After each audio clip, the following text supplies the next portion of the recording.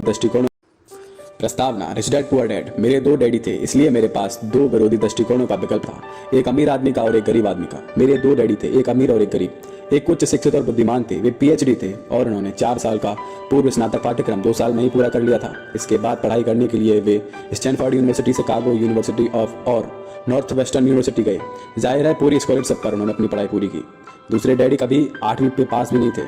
दोनों ही डैडी अपने करियर में सफल थे, दोनों ने ही जिंदगी भर कड़ी मेहनत की, दोनों ने ही काफ़ी पैसे कमाए, लेकिन एक हमेशा आर्थिक परेशानियों से जूझते रहे। दूसरे आगे की ओर हवाई के सबसे अमीर आदमी बने। एक अपनी मृत्यु के समय अपने परिवार, परोपकारी संस्थाओं और चर्च के लिए करोड़ों डॉलर छोड़ गए। दूसरे ने अधूरे बिल छोड़े जिनका भुगतान बाकी था। दोनों ही डैडी शक्तिशाली, करिश्माई और प्रभावशाली थे। दोनों ने ही मुझे सलाह दी, लेकिन उन्होंने एक जैसी चीज़ें करने की सलाह नहीं दी। दोनों ही शिक्षा पर बहुत जोर देते थे, लेकिन उन्होंने अध्ययन करने के लिए एक जैसे पाठ्यक्रम की सलाह नहीं दी। अगर मेरे पास सिर्फ एक ही डैडी होते तो मैं यह या तो सलाह मान लेता या उसे ठुकरा देता। दो डैडी होने से मुझे विरोधी दृष्टिकोणों का विकल्प मिला, एक अमीर आदमी का और एक गरीब आदमी का। उनमें से किसी एक दृष्टिकोण को स्वीकार या अस्वीकार करने के बजाय मैं उनकी कई बातों पर काफ़ी सोच विचार करता था, उनकी तुलना करता था और फिर अपने लिए विकल्प चुनता था। समस्या यह थी कि अमीर डैडी उस वक्त अमीर नहीं थे और गरीब डैडी उस वक्त गरीब नहीं थे। दोनों ही अपनी करियर शुरू कर रहे थे और दोनों का ही आर्थिक व पारिवारिक क्षेत्र में संघर्ष कर रहे थे, परंतु पैसे के बारे में उनके दृष्टिकोण बहुत भिन्न थे। मिसाल के तौर पर एक डैडी कहते थे पैसे का प्रेम ही सारी बुराइयों की जड़ है। दूसरे डैडी कहते थे कि पैसे की कमाई ही सारी बुराई का जड़ है। दो शक्तिशाली डैडियों की अलग अलग सलाह से बचपन में मुझे बड़ी उलझन होती थी। मैं एक अच्छे बेटे की तरह उनकी बातें सुनना चाहता था और उन पर अमल करना चाहता था। दिक्कत यह थी कि दोनों डैडी एक सी बातें नहीं कहते थे। उनके दृष्टिकोण में जमीन आसमान का अंतर था, खासतौर पर पैसे के संबंध में। इससे मैं बहुत चकराता था, लेकिन मेरी जिज्ञासा जाग गई। मैं काफ़ी समय तक सोचता रहता था कि उनमें से किसने क्या कहा है और क्यों कहा है। अपने खाली समय में अधिकतर मैं इसी बारे में सोच विचार करते हुए खुद से यह सवाल पूछता था, उन्होंने ऐसा क्यों कहा। फिर मैं दूसरे डैडी की कई बातों पर बारे में ध्यान देना यही सवाल पूछते थे। इसके बजाय तो यह कहना ज़्यादा सरल होता है, हाँ उनकी बात बिल्कुल सही है, मैं इसे सहमत हूँ। या यह है कि अगर उनके उस दृष्टिकोण को नकार देना भी आसान होता। उन बुजुर्ग इंसानों को कुछ पता नहीं था कि वे क्या बोल रहे हैं। मेरे दोनों डैडियों से प्रेम करता था, इसलिए मैं सोचने के लिए बेबस हुआ और अंततः मुझे अपने लिए सोचने का तरीका चुनने की खातिर मजबूर होना पड़ा। इस प्रक्रिया में अपने लिए विकल्प चुनना आगे चलकर काफ़ी मूल्यवान साबित हुआ, जो किसी दृष्टिकोण को सिर्फ स्वीकार या अस्वीकार करने से संभव नहीं था। अमीर लोग ज़्यादा अमीर बनते हैं और गरीब लोग ज़्यादा गरीब तथा मध्य वर्ग कर्ज में डूब जाते हैं। इसका कारण यह है कि पैसे का विषय स्कूल में नहीं घर पर पढ़ाया जाता है। हम में से ज़्यादातर लोग पैसे के बारे में अपने माता पिता से सीखते हैं। गरीब माता पिता अपने बच्चों को पैसे के बारे में क्या सिखा सकते हैं, वे बस कह देते हैं स्कूल जाओ और मेहनत से पढ़ो। हो सकता है कि बच्चा बेहतरीन ग्रेड से शिक्षा पास कर पूरी पढ़ाई कर ले, लेकिन इसके बाद भी उसकी आर्थिक प्रोग्रामिंग और मानसिकता तो गरीबी व्यक्ति की रहेगी। दुर्भाग्य से पैसे की विषय स्कूल में नहीं पढ़ाया जाता है। स्कूल में वित्तीय योग्यताओं के बजाय अकादमिक और पेशेवर योग्यताओं पर जोर दिया जाता है। इससे यह स्पष्ट होता है कि चतुर बैंकरों, डॉक्टरों और लेखापालों ने स्कूल कॉलेज में बेहतरीन ग्रेड पाए थे, वे जीवन भर पैसे के लिए क्यों जूझते हैं। अमेरिका पर जो भारी राष्ट्रीय कर्ज है वह काफ़ी हद तक इसी कारण है क्योंकि जो उच्च शिक्षित राजनेता और सरकारी अधिकारी वित्तीय निर्णय ले रहे हैं उनके पास पैसे के विषय पर बहुत कम प्रशिक्षण है या जरा भी नहीं है। आज मैं अक्सर सोचता हूँ कि तब क्या होगा जब जल्द ही हमारे बीच लाखों करोड़ों लोग होंगे जिन्हें आर्थिक और चिकित्सकीय सहायता की जरूरत होगी। आर्थिक सहायता के लिए वे अपने परिवार या सरकार पर निर्भर रहेंगे। जब मेडिकेयर और सामाजिक सुरक्षा का पैसा खत्म हो जाएगा तब क्या होगा, देश कैसे बचेगा। अगर पैसे के बारे में बच्चों को सिखाने का काम माता पिताओं के भरोसे छोड़ दिया जाएगा, जिनमें से अधिकतर या तो पहले से ही गरीब हैं या फिर गरीब होने वाले हैं। क्योंकि मेरे पास दो प्रभावशाली डैडी थे, इसलिए मैंने दोनों से ही सीखा। मुझे हर डैडी की सलाह के बारे में सोचना पड़ता था और ऐसा करके मैंने इस बारे में बहुत मूल्यवान ज्ञान हासिल कर लिया कि किसी इंसान के विचार उसके जीवन पर कितना ज़्यादा असर डाल सकते हैं। मिसाल के तौर पर एक डैडी में यह कहने की आदत थी, मैं इसे नहीं खरीद सकता। दूसरे डैडी ने इन शब्दों को प्रतिबंधित करते हुए जवाब देते थे। वे जोर देते थे कि मैं इस बात की पूरी तरह से पूछूं, मैं इसे कैसे कर सकता हूँ। एक वाक्य कथन और दूसरा प्रश्न है। एक में बात खत्म हो जाती है और दूसरे में आप सोचने के लिए मजबूर होते हैं। मेरे जल्द ही अमीर बनने वाले डैडी समझाते थे कि मैं इसे नहीं खरीद सकता कहने से आपका दिमाग किस तरह काम करना छोड़ देता है। दूसरी ओर मैं इसे कैसे खरीद सकता हूँ, यह सवाल पूछने से आपका दिमाग सक्रिय हो जाता है। दोस्तों, उनका यह मतलब नहीं था कि आपका जिस भी चीज़ पर दिल आ जाए आप उसे खरीद लें। उन्हें अपने दिमाग की कसरत कराने का जुनून था, जिसे वे संसार का सबसे शक्तिशाली कंप्यूटर मानते थे। वे कहते थे मेरे दिमाग की शक्ति हर दिन बढ़ती है क्योंकि मैं इसका व्यायाम करता हूँ। यह जितना ज़्यादा शक्तिशाली बनता है मैं उतना ही बनाता हूँ। वे मानते थे कि स्वचालित ढंग से मैं इसे नहीं खरीद सकता कहना मानसिक आलस्य की निशानी है। हालांकि दोनों ही डैडी कड़ी मेहनत करते थे, लेकिन मैंने गौर किया कि आर्थिक मसलों पर एक में अपने दिमाग को सुलझाए रखने की आदत थी और दूसरे में अपने दिमाग का व्यायाम कराने की आदत थी। इसका दीर्घकालीन नतीजा यह निकला कि एक डैडी आर्थिक दृष्टि से ज़्यादा शक्तिशाली बनते चले गए और दूसरे ज़्यादा कमज़ोर होते चले गए। इसे इस तरह समझें, एक आदमी नियमित रूप से जिम में व्यायाम करने जाता है और दूसरा सोफे पर बैठकर टीवी देखता है। इसका क्या परिणाम होगा? जिस तरह सही शारीरिक व्यायाम स्वास्थ्य के आपके अवसरों को बढ़ा देता है, उसी तरह सही मानसिक व्यायाम दौलत के आपके अवसरों को बढ़ा देता है। मेरे दोनों डैडियों के विरोधी नजरिए थे और इससे उनके सोचने का तरीके पर असर पड़ता था। एक डैडी सोचते थे कि अमीरों को ज़्यादा टैक्स देना चाहिए ताकि गरीबों को फायदा मिल सके।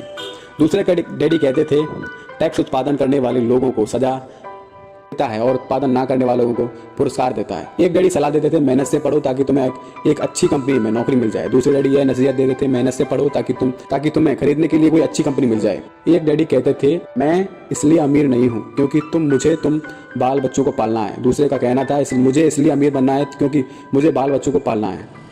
एक डैडी डिनर टेबल पर पैसे और कारोबार संबंधी बातें करने के लिए हमेशा प्रोत्साहित करते थे, जबकि दूसरे डैडी ने भोजन करते समय पैसे संबंधी बातचीत पर प्रतिबंध लगा रखा था। एक कहते थे जहां पैसे का मामला हो वहां सुरक्षित को खेलो, जोखिम मत लो। दूसरे कहते थे जोखिम लो, जोखिम को संभालना सीखो। एक डैडी को यकीन था हमारा मकान हमारा सबसे बड़ा निवेश है, हमारी सबसे बड़ी संपत्ति है। दूसरे डैडी का मानना था मेरा मकान एक दायित्व है और अगर आपका मकान आपका सबसे बड़ा निवेश है तो आप संकट में हैं। दोनों ही डैडी अपने बिल समय पर चुकाते थे, लेकिन एक अपने बिल सबसे पहले चुकाते थे जबकि दूसरे अपने बिल की सबसे अंत तिथि में चुकाते थे। एक डैडी का यह मानना था कि कंपनियां सरकार को आपकी और आपकी आवश्यकताओं की परवाह करनी चाहिए। वे हमेशा वेतन वृद्धि, रिटायरमेंट योजनाओं, चिकित्सकीय लाभ, बीमारियों की छुट्टियों के दिनों की संख्या और दूसरी सुविधाओं के बारे में चिंतित रहते थे। वे अपने दो चाचाओं से प्रभावित थे जो सेना में चले गए थे और 20 साल की सक्रिय सेवा के बाद उन्होंने जीवन भर के लिए सेनावृत्ति एवं अधिकार पैकेज हासिल कर लिया था। वे सेना द्वारा सेवानिवृत्त होकर कर्मचारियों को दिए जाने वाले चिकित्सकीय लाभ और अन्य सुविधाओं की तारीफ भी करते थे। वे विश्वविद्यालय में उपलब्ध लंबी कार्यकाल अवधि से भी प्रेम करते थे। कई बार आजीवन नौकरी की सुरक्षा और लाभ का विचार नौकरी से भी ज़्यादा महत्वपूर्ण दिखता है। वे प्राय कहते थे मैंने सरकार के लिए बहुत मेहनत से काम किया है, इसलिए मैं इस तरह के लाभ का हकदार हूँ। दूसरे डैडी पूरी तरह से आर्थिक स्वावलंबन में यकीन करते थे। वे सुविधा भोगी या अधिकार की मानसिकता के विरोधी थे और कहते थे कि यह मानसिकता लोगों को कमजोर या आर्थिक रूप से जरूरतमंद बनाती है। वे आर्थिक रूप से सक्षम होने पर बहुत जोर देते थे। एक डैडी कुछ डॉलर बचाने के लिए जूझे, दूसरे ने निवेश उत्पन्न किए। एक डैडी ने मुझे सिखाया कि अच्छी नौकरी खोजने के लिए प्रभावशाली बायोडाटा कैसे लिखा जाए। दूसरे ने मुझे सिखाया कि शक्तिशाली व्यावसायिक और वित्तीय योजनाएं कैसे लिखी जाएं। दो शक्तिशाली डैडियों के साथ रहने की वजह से मुझे यह विश्लेषण करने का अवसर मिला कि अलग अलग विचारों का जीवन पर कितना अलग अलग असर होता है। मैंने गौर किया कि लोग दरअसल अपने विचारों से ही अपने जीवन को आकार देते हैं। मिसाल के तौर पर मेरे गरीब डैडी हमेशा कहा करते थे मैं कभी अमीर नहीं बन पाऊंगा और आगे चलकर उनकी यह भविष्यवाणी सही साबित हुई। दूसरी ओर मेरा अमीर डैडी हमेशा खुद को अमीर मानते थे। वे इस तरह की बातें कहते थे मैं अमीर हूँ और मैं अमीर लोग ऐसा नहीं करते। वे इस तरह की बातें कहते थे मैं अमीर हूँ और अमीर लोग ऐसा नहीं करते। जब एक बड़े वित्तीय झटके के बाद वे दिवालिया होने की कगार पर थे तब भी वे खुद को अमीर आदमी की ही कह रहे थे। वे अपने समर्थन में कहते थे गरीब होने या कड़के होने में फर्क होता है। कड़का होना अस्थायी है, गरीब होना स्थायी है। मेरे गरीब डैडी कहते थे पैसे में मेरी कोई दिलचस्पी नहीं है या पैसा महत्वपूर्ण नहीं है। मेरे अमीर डैडी हमेशा कहते थे पैसा ही शक्ति है। हमारे विचारों की शक्ति को कभी नापा नहीं जा सकता, ना ही उनके प्रभाव को कभी पूरी तरह से समझा जा सकता है। लेकिन इसके बावजूद बचपन में ही मैं यह समझ गया था कि मुझे अपने विचारों पर ध्यान देना चाहिए और अपनी अभिव्यक्ति पर भी। मैंने गौर किया कि मेरे गरीब डैडी के गरीब होने का कारण यह नहीं था कि वे कम पैसे कमाते थे, वे तो अपने विचारों और कारणों के कारण गरीब थे। दोनों डैडी होने के कारण मैं बचपन में बहुत सजग और जागरूक हो गया था कि मैं किन विचारों को अपनाऊं, मैं किसकी बात मानूं, अपने अमीर डैडी की या गरीब डैडी। हालांकि वे दोनों ही शिक्षा और सीखने को बहुत महत्वपूर्ण मानते थे, लेकिन क्या सीखा जाए इसके बारे में दोनों की राय अलग अलग थी। एक चाहते थे कि मैं मेहनत से पढूं, डिग्री हासिल करूं और पैसे कमाने के लिए कोई अच्छी नौकरी हासिल कर लूं। वे चाहते थे कि किसी पेशे में जाने या वकील या दूसरे डैडी मुझे प्रोत्साहित करते थे कि मैं अमीर बनने के लिए अध्ययन करूं ताकि मैं यह समझ सकूं कि पैसा कैसे काम कर और यह सीख लूं कि इससे अपने लिए कैसे काम कराया जाए। मैं पैसे के लिए काम नहीं करता, ये सब वे बार बार दोहराते थे। पैसा मेरे लिए काम करता है। 9 साल की उम्र में मैंने यह फैसला किया कि मैं पैसे के बारे में अपने अमीर डैडी की बात मानूंगा और उन्हीं से सीखूंगा। इसका मतलब यह निर्णय लेना भी था कि मैं अपने गरीब डैडी की बातें अनसुनी कर दूंगा, हालांकि उनके पास कॉलेज की ऊंची ऊंची डिग्रियां थी। रॉबर्ट फ्रॉस्ट मेरे प्रिय कवि हैं, हालांकि मुझे उनकी बहुत सी कविताएं पसंद हैं, लेकिन द रोड नॉट टेकन मुझे सबसे ज़्यादा पसंद है। मैं इसके सबक का इस्तेमाल हर दिन करता हूँ। द रोड नॉट टेकन, वह राह जिसे चुना नहीं गया। पीले जंगल में 2 राहें अलग अलग जा रही थी और अफसोस कि मुझे उन दोनों में से एक को ही चुनना था। और यात्री के तौर पर मैं काफ़ी देर तक खड़ा रहा और मैंने एक को देखा जितना दूर तक मैं देख सकता था। इसके झुरमुटों में मुड़ने से पहले फिर मैंने दूसरी राह चुनी जो उतनी ही अच्छी थी और संभवतः इसका दावा बेहतर था, क्योंकि यहाँ घास ज़्यादा थी और राहगीर कम गुजरे थे। और उस सुबह दोनों ही राहें एक जैसी पत्तियों से ढकी थी जिन पर किसी ने चलकर निशान नहीं बनाए थे। ओह, मैंने पहली राह को किसी दूसरे दिन के लिए छोड़ दिया, लेकिन यह जानते हुए कि रास्ता किस तरह आगे रास्ते खोलता जाता है, मुझे यकीन नहीं था कि मैं वहाँ कभी लौट पाऊंगा। मैं आह भरकर यह कहूँगा, आज से युगों युगों बाद एक जंगल में 2 राहें अलग अलग जा रही थी और मैंने उस राह को चुना जिस पर कम लोग यात्रा करते हैं, और इसी से सारा फर्क पड़ा। इतने वर्षों में मैंने अक्सर रॉबर्ट फ्रॉस्ट की कविता के बारे में विचार किया। पैसे के बारे में मेरे उच्च शिक्षित डैडी की सलाह और नज़रिए को मानने का निर्णय खुद दुखद था, लेकिन यह एक ऐसा निर्णय था जिसने मेरी ज़िंदगी को दिशा तय कर दी। एक बार जब मैंने यह फैसला कर लिया कि किसी की बात मानूंगा तो धन के बारे में मेरी शिक्षा से शुरू होगी। मेरे अमीर डैडी ने मुझे 30 साल तक सिखाया, जब तक मैं 39 साल का नहीं हो गया। इसके बाद उन्होंने सिखाना छोड़ दिया, क्योंकि तब उन्हें एहसास हो गया कि मैं सब कुछ जान गया था और पूरी तरह समझ गया था, जो वे अक्सर मेरी मोटी खोपड़ी में घुसाने की कोशिश कर रहे थे। पैसा शक्ति का एक रूप है, लेकिन वित्तीय शिक्षा इससे भी ज़्यादा शक्तिशाली है। पैसा आता जाता रहता है, लेकिन अगर आप जानते हैं कि पैसा कैसे काम करता है तो आप इस पर काबू कर सकते हैं और दौलत बनाना शुरू कर सकते हैं। सिर्फ सकारात्मक सोच से ही काम नहीं बनता है। इसका कारण यह है कि अधिकतर लोग स्कूल कॉलेज तो गए हैं, लेकिन उन्होंने कभी यह नहीं सीखा कि पैसे कैसे काम करता है, इसलिए पैसे के लिए काम करने में अपनी पूरी ज़िंदगी बिता देते हैं। जब मेरी शिक्षा शुरू हुई थी उस वक्त मैं केवल 9 साल का था, इसलिए मेरे अमीर डैडी ने मुझे जो सबक सिखाए वे सरल थे। बाकी बातें जो भी हों, उनके सिर्फ 6 मुख्य सबक थे जिन्हें उन्होंने 30 साल तक दोहराया। यह पुस्तक उन्हीं 6 सबकों के बारे में है जिन्हें उनकी सरलता से बताया है, जितनी सरलता से अमीर डैडी ने मुझे इन्हें सिखाया था। ध्यान रहे, सबक का मतलब जवाब नहीं है, इसका अर्थ तो मार्गदर्शक है। ऐसा मार्गदर्शक जो अधिक दौलतमंद बनने में आपकी सोच और आपकी बच्चों की मदद करेगा, चाहे इस लगातार परिवर्तन और अनिश्चित संसार में कुछ भी होता रहे। अध्याय 1, सबक पहला। अमीर लोग पैसे के लिए काम नहीं करते, गरीब और मध्यवर्गीय लोग पैसे के लिए काम करते हैं। अमीर लोग पैसे से अपने लिए काम कराते हैं। डैडी, क्या आप मुझे बता सकते हैं कि अमीर कैसे बना जाता है? मेरे डैडी ने शाम का अखबार नीचे रख दिया। बेटे, तुम अमीर क्यों बनना चाहते हो? क्योंकि आज जिमी की मम्मी उनकी नई कैडिलैक में आई थी और वे वीकेंड पर मौज मस्ती करने के लिए उनके समुद्र तट वाले घर जा रहे थे। वह अपने 3 दोस्तों को साथ ले गया, लेकिन माइक और मुझे नहीं ले गया। उन्होंने हमसे कहा कि हमें इसलिए आमंत्रित नहीं किया गया है क्योंकि हम गरीब हैं। उन्होंने ऐसा कहा? मेरे डैडी ने अविश्वास में पूछा। हाँ, ऐसा ही कहा, मैंने आहत अंदाज में जवाब दिया। मेरे डैडी ने खामोशी में अपना सिर हिलाया, अपना चश्मा नाक के पुल तक चढ़ाया और दोबारा अखबार पढ़ने लगे। मैं जवाब के इंतजार में खड़ा रहा। यह 1956 की बात थी। तब मैं 9 साल का था। संयोग से मैं उसी पब्लिक स्कूल में पढ़ता था जहां अमीर लोगों के बच्चे पढ़ते थे। हमारा निवास हवाई में मूलतः शुगर प्लांटेशन यानी गन्नों के बागान वाले कस्बे में था। बागान के मैनेजर और कस्बे के बाकी अमीर लोग जैसे डॉक्टर, व्यवसाय के मालिक और बैंकर अपने बच्चों को इसी प्रारंभिक स्कूल में भेजते थे। 6ठे ग्रेड के बाद उनके बच्चों को आमतौर पर प्राइवेट स्कूल में भेज दिया जाता था। चूंकि मेरा परिवार सड़क के इस तरफ रहता था, इसलिए मैं इस स्कूल में आ गया।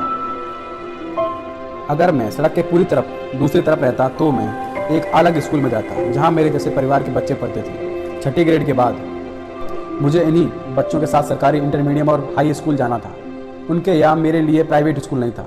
मेरे डैडी ने आखिरकार अखबार नीचे रख दिया। मैं जानता था कि वे सोच विचार कर रहे हैं। देखो बेटे, उन्होंने धीरे धीरे शुरू किया है, अगर तुम अमीर बनना चाहते हो तो तुम्हें पैसे बनाना सीखना होगा। मैंने पूछा, मैं पैसे कैसे बनाऊं?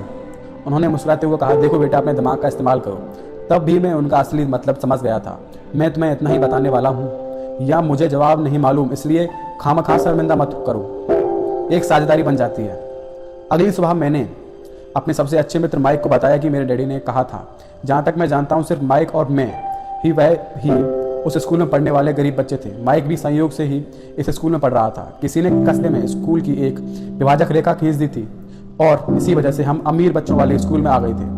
वैसे हम वाकई गरीब नहीं थे, लेकिन हमें गरीबी का एहसास होता था क्योंकि बाकी सभी लड़कों के पास बेसबॉल के नए दस्ताने, नई साइकिलें और हर नई चीज़ होती थी।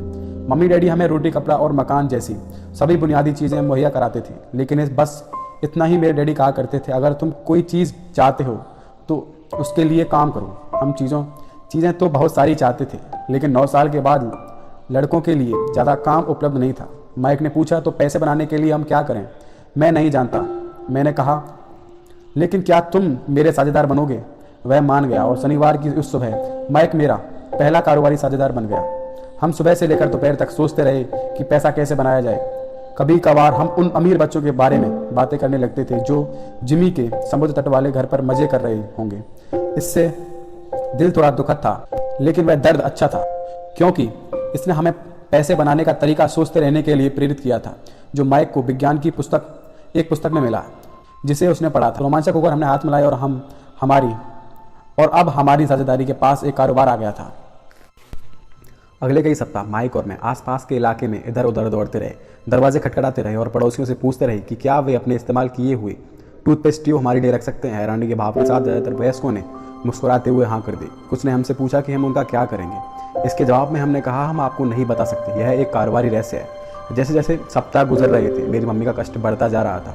अपने कच्चे माल को इकट्ठा करने के लिए हमने जो जगह चुनी थी वह उनकी वॉशिंग मशीन के पास थी। यह एक बूढ़ा कार्डबोर्ड बॉक्स था जिसमें कभी केचप की बोतलें रखी जाती थी। अब उसमें टूथपेस्ट ट्यूब का हमारा छोटा सा ढेर बढ़ने लगा। आखिरकार मेरी मम्मी ने सब्र का बांध तोड़ दिया। पड़ोसियों की गंदी तुड़ी मुड़ी इस्तेमाल हो चुकी टूथपेस्ट ट्यूब को देखकर उनका दिमाग खराब हो गया। उन्होंने पूछा, तुम लोग क्या कर रहे हो? और मैं यह दोबारा नहीं सुनना चाहती कि यह एक कारोबारी रहस्य है। इस कचरे को साफ करो वरना मैं इसे बाहर फेंक दूंगी। माइक और मैंने मम्मी के हाथ पैर जोड़कर उनसे मोहलत मांगी। हमने उन्हें बताया कि हमारे पास जल्द ही पर्याप्त टूथपेस्ट हो जाएंगे और फिर हम उत्पादन शुरू कर देंगे। हमने उन्हें जानकारी दी कि हम 2-3 पड़ोसियों का इंतजार कर रहे हैं जिनकी टूथपेस्ट ट्यूब खत्म होने वाली है और हमें मिलने वाली है। मम्मी ने हमें 1 सप्ताह की मोहलत दे दी। उत्पादन शुरू करने की तारीख योजना से ज़्यादा जल्दी आ गई थी और दबाव बढ़ गया था। मेरी पहली साझेदारी पर खतरा मंडरा रहा था क्योंकि वह मेरी खुद की मम्मी ने जगह खाली करने का नोटिस थमा दिया। यह माइक का काम था कि वह पड़ोसियों से टूथपेस्ट जल्दी खत्म करने की कहे। साथ में वह उनसे यह भी कहता था कि उनके दांतों के डॉक्टर का भी यही कहना था कि उन्हें ज़्यादा दिन में बार ब्रश करना चाहिए। मैं उत्पादन करने की प्रक्रिया को ठीक करने में जुट गया था। एक दिन मेरे डैडी का एक दोस्त के साथ घर आए। उन्होंने देखा कि 9 साल के 2 लड़के पोर्च में पूरी गति से उत्पादन करने में जुटे हैं। हर कहीं बारीक सफ़ेद चूरा फैला हुआ था। एक लंबी टेबल पर स्कूल के दूध के छोटे कार्टन रखे थे और हमारे परिवार का हिवाची ग्रिल लाल सुर्ख कोयलों के साथ अधिकतम गर्मी पर देख रहा था। डैडी सावधानी से चलकर आए। उन्हें पोर्च के शुरू में ही कार खड़ी करनी पड़ी क्योंकि उत्पादन की प्रक्रिया कार की जगह तक पहुंचने में बाधा डाल रही थी। जब वे और उनके दोस्त करीब आए तो उन्होंने देखा कि स्टील का एक बर्तन कोयलों के ऊपर रखा है जिसमें टूथपेस्ट ट्यूब पिघल रही है। उस जमाने में टूथपेस्ट प्लास्टिक की ट्यूब में नहीं आते थे।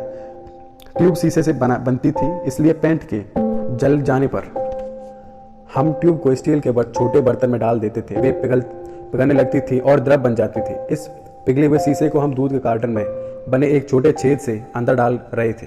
दूध के कार्टन में प्लास्टर ऑफ पेरिस का भरा हुआ था। हर तरफ फैला सफ़ेद चूना और कुछ नहीं, प्लास्टर ऑफ पेरिस ही था। जल्दबाजी में उसके बैग में मेरी लात पड़ गई थी जिससे पूरा इलाका ऐसा लग रहा था जैसे वहाँ अभी अभी बर्फ़ का तूफान आ गया हो। दूध के कार्टून के भीतर प्लास्टर ऑफ पेरिस के सांचे थे। मेरे डैडी और उनके दोस्त ने देखा जब हम पिघले हुए शीशे को सावधानी से प्लास्टर ऑफ पेरिस के क्यूब के ऊपर छोटे छेद में डालते रहे। संभल कर डैडी ने कहा। मैंने ऊपर देखे बिना सिर हिलाया। आखिर जब शीशा डालने का काम खत्म हो गया तो मैंने स्टील का बर्तन नीचे रखा और अपने डैडी की तरफ देखकर मुस्कुराया। तुम लोग क्या कर रहे हो? उन्होंने मुस्कुराते हुए सावधानी से पूछा। हम वही कर रहे हैं जो आपने मुझसे करने को कहा था। हम अमीर बनने जा रहे हैं, मैंने कहा। हाँ, माइक ने मुस्कुराते हुए कहा और अपना सिर हिलाया। हम दोनों साझेदार हैं, मेरे डैडी ने पूछा। और प्लास्टर के इन सांचों में क्या है? देखिए, मैंने कहा। इसमें एक बहुत अच्छी चीज़ है। छोटी हथौड़ी से मैंने उस सील को ठोका। जिसने क्यूब को बीच से खोल दिया। मैंने प्लास्टर के सांचे का ऊपरी आधा हिस्सा बाहर निकाला और शीशे का 5 सेट सिक्का बाहर टपक गया। हे भगवान, मेरे डैडी ने कहा, तुम लोग शीशे के सिक्के डाल रहे हो। बिल्कुल सही, माइक ने कहा, हम वही कर रहे हैं जो आपने हमसे करने को कहा था, हम पैसे बना रहे हैं। मेरे डैडी के दोस्त मुड़े और जोर जोर से हंसने लगे। मेरे डैडी ने भी मुस्कुराकर सिर हिलाया। आग और टूथपेस्ट ट्यूब के खाली बॉक्स के साथ ही उनके सामने 2 छोटे लड़के थे जो सफ़ेद धूल से ढके होकर खूब मुस्कुरा जा रहे थे। उन्होंने हमसे कहा कि हम अब कुछ छोड़कर उनके साथ चलें और घर की सामने वाली सीढ़ियों पर बैठें। मुस्कुराते हुए उन्होंने नरमी से समझाया कि जालसाजी शब्द का क्या मतलब होता है। हमारे सपने चूर चूर हो गए। आपका मतलब है यह गैर कानूनी है? माइक ने कांपती आवाज़ में पूछा। छोड़ो भी, मेरे डैडी के दोस्त ने कहा। हो सकता है वे अपनी जन्मजात प्रतिभा का विकास कर रहे हों। डैडी ने उन्हें आंखें घूर कर देखा। हाँ, यह गैर कानूनी है, मेरे डैडी ने नरमी से कहा, लेकिन तुम लड़कों ने यह दिखा दिया कि तुमने बहुत रचनात्मक और मौलिक विचार हैं। इसी तरह आगे बढ़ते रहो। मुझे तुम पर सचमुच गर्व है। निराश होकर माइक और मैं लगभग 20 मिनट तक खामोशी से बैठे रहे। इसके बाद अपने फैलाए कचरे को साफ करने लगे। पहले ही दिन हमारा कारोबार चौपट हो गया था। चूल्हे को झाड़ू से साफ करते हुए मैंने माइक की ओर देखा और कहा, मुझे लगता है कि जिमी और उसके दोस्त सही कहते हैं, हम वाकई गरीब हैं। जब मैंने यह बात कही तो मेरे डैडी जा ही रहे थे। उन्होंने कहा, लड़कों, तुम तभी गरीब कहलाओगे जब तुम हार मान लोगे। सबसे महत्वपूर्ण बात यह है कि तुमने कुछ किया। ज़्यादातर लोग अमीर बनने की सिर्फ बातें करते हैं और सपने देखते हैं। तुमने कुछ किया। मुझे तुम दोनों पर बहुत नाज है। मैं दोबारा कहूँगा कि इसी तरह आगे बढ़ते रहो, हौसला मत छोड़ो। माइक और मैं खामोशी में वहाँ खड़े रहे। ये सब सुनने में तो अच्छे लग रहे थे, लेकिन इनसे मैं यह पता नहीं चलता था कि हम क्या कर रहे हैं। डैडी ने ऐसा क्यों कहा कि आप अमीर नहीं हैं? मैंने पूछा। क्योंकि मैंने एक स्कूल टीचर बनने का विकल्प चुना था। स्कूल के टीचर दरअसल अमीर बनने के बारे में नहीं सोचते। हमें बस पढ़ाना और सिखाना पसंद होता है। काश मैं तुम्हारी मदद कर सकता, लेकिन मैं सचमुच नहीं जानता कि पैसे कैसे बनाना है। माइक और मैं दोबारा मुड़कर सफाई करने लगे। मैं समझता हूँ, मेरे डैडी बोले, अगर तुम लोग यह सीखना चाहते हो कि अमीर कैसे बनना है तो मुझसे मत पूछो। माइक, यह सवाल अपने डैडी से पूछो। मेरे डैडी? माइक ने हैरानी के भाव के साथ कहा। हाँ, तुम्हारे डैडी। मेरे डैडी ने मुस्कुराते हुए दोहराया। तुम्हारे डैडी और मेरा बैंकर एक ही है और वह तुम्हारे डैडी के गुण गाता है। उसने मुझे कई बार बताया कि वह जब पैसे बनाने की बात आती है तो तुम्हारे डैडी कमाल के हैं। मेरे डैडी, माइक ने अविश्वास में दोबारा पूछा। तो फिर ऐसा कैसे है? स्कूल के अमीर बच्चों की तरह हमारे पास एक शानदार कार और आलीशान मकान नहीं है। शानदार कार और आलीशान मकान का यह मतलब नहीं है कि तुम अमीर हो या तुम पैसे बनाने की कला जानते हो, मेरे डैडी ने जवाब दिया। जिमी के डैडी गन्ने के बागान में काम करते हैं। वह मुझसे ज़्यादा अलग नहीं है। वह एक कंपनी में काम करता है और मैं सरकारी ऑफिस में। कंपनी ने उसे कार दे दी है, कार दे रखी है। शंकर की कंपनी आर्थिक परेशानी में है और जल्द ही हो सकता है कि जिमी के डैडी के पास ही कुछ ना रहे। तुम्हारे डैडी अलग हैं माइक। ऐसा लगता है कि वे एक साम्राज्य बना रहे हैं और मेरा अनुमान है कि कुछ ही सालों में वे बहुत अमीर आदमी बन जाएंगे। यह सुनकर माइक और मैं दोबारा रोमांचित हो गए।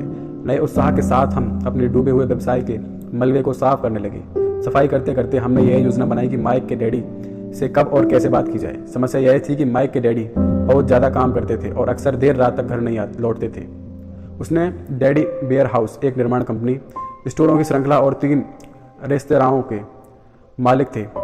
रेस्तराओं की वजह से ही उन्हें घर लौटने में देर हो जाती थी। सफाई पूरे होने के बाद माइक बस पकड़कर चला गया। उसने बताया था कि उस रात जब उसके डैडी घर लौटेंगे तो वह उनसे बात करके पूछेगा कि क्या वे हमें अमीर बनाने का तरीका सिखा सकते हैं। माइक ने वादा किया कि जैसे ही उसके डैडी से बात हो जाएगी वह मुझे फ़ोन करेगा, चाहे कितनी ही देर क्यों ना हो जाए। फ़ोन की घंटी रात को 8:30 बजे बजी। ठीक है, मैंने कहा। अगले शनिवार मैंने फ़ोन नीचे रख दिया। माइक के डैडी हमसे मिलने को तैयार हो गए थे। शनिवार सुबह मैंने 7:30 बजे वाली बस पकड़ी ताकि कस्बे के गरीब हिस्से तक जा सकूं।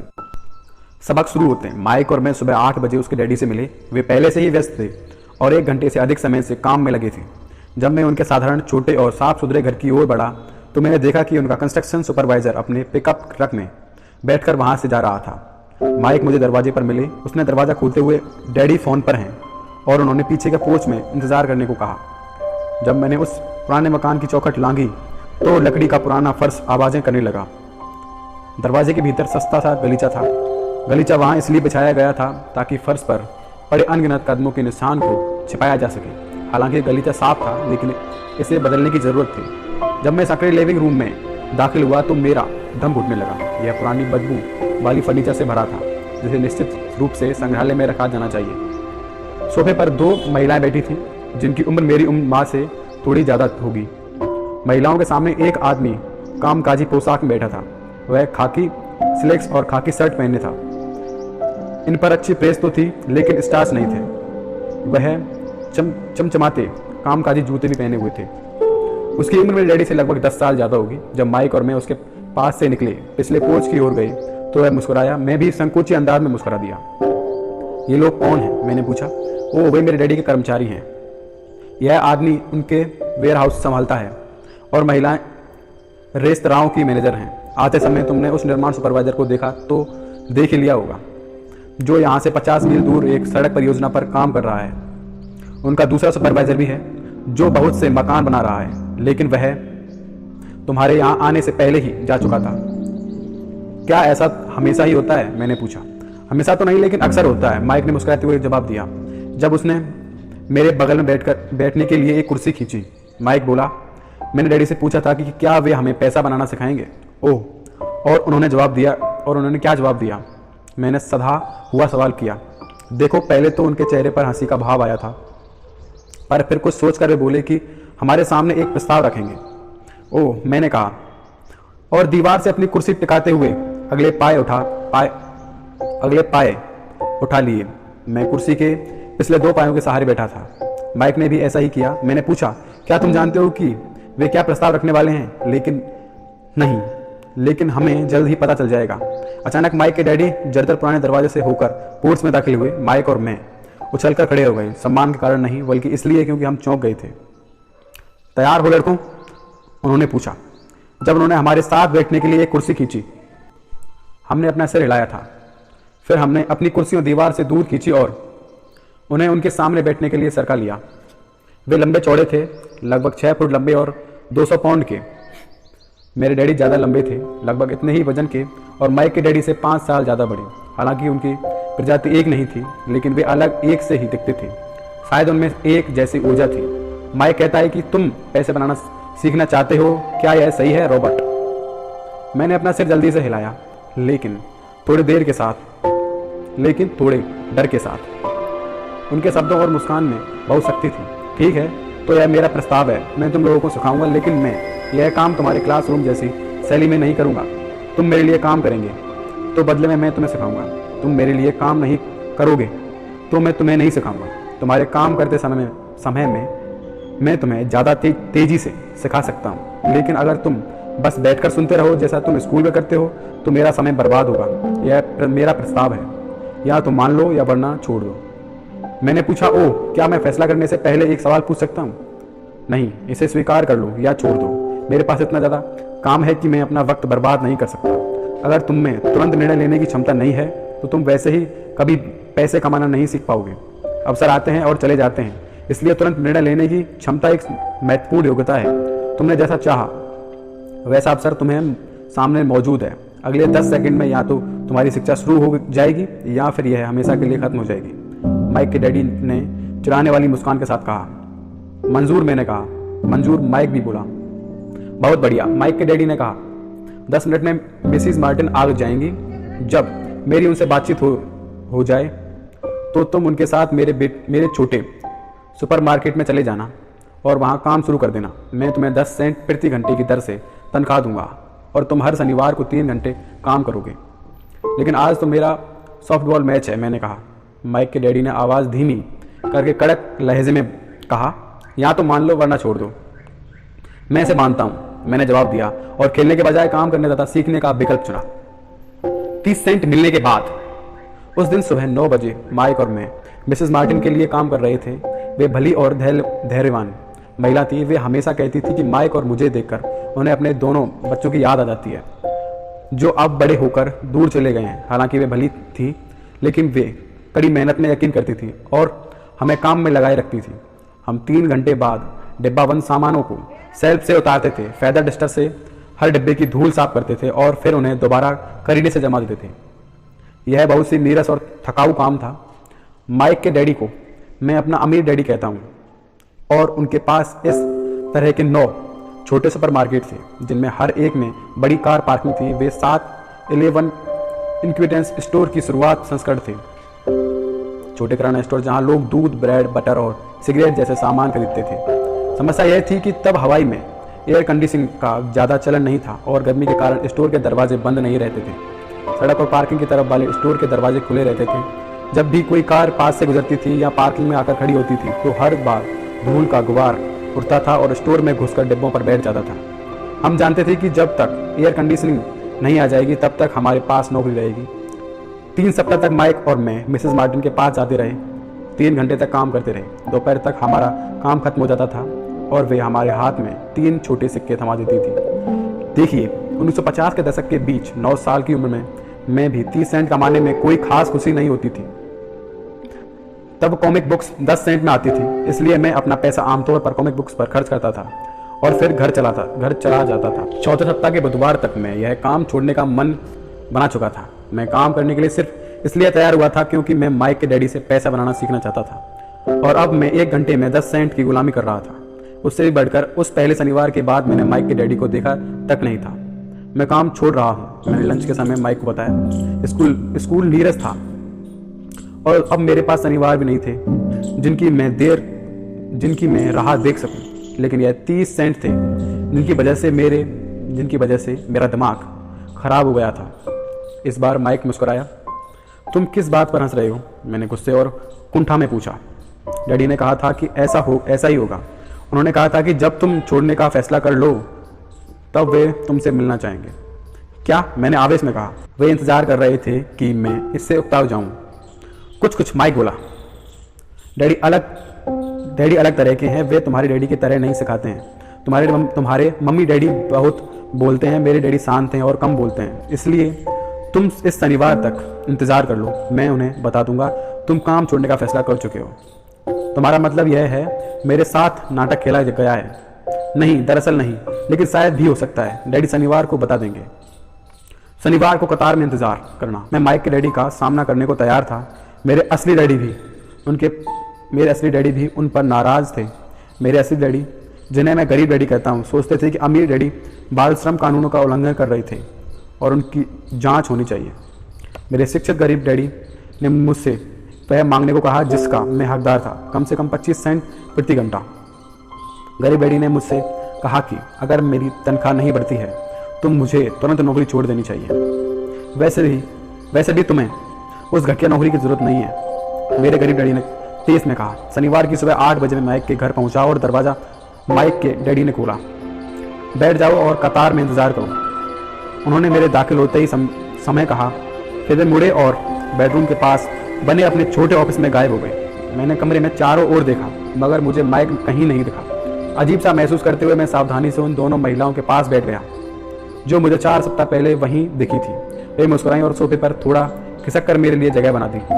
45 मिनट गुजर गए और मैं आग बबूला होने लगा।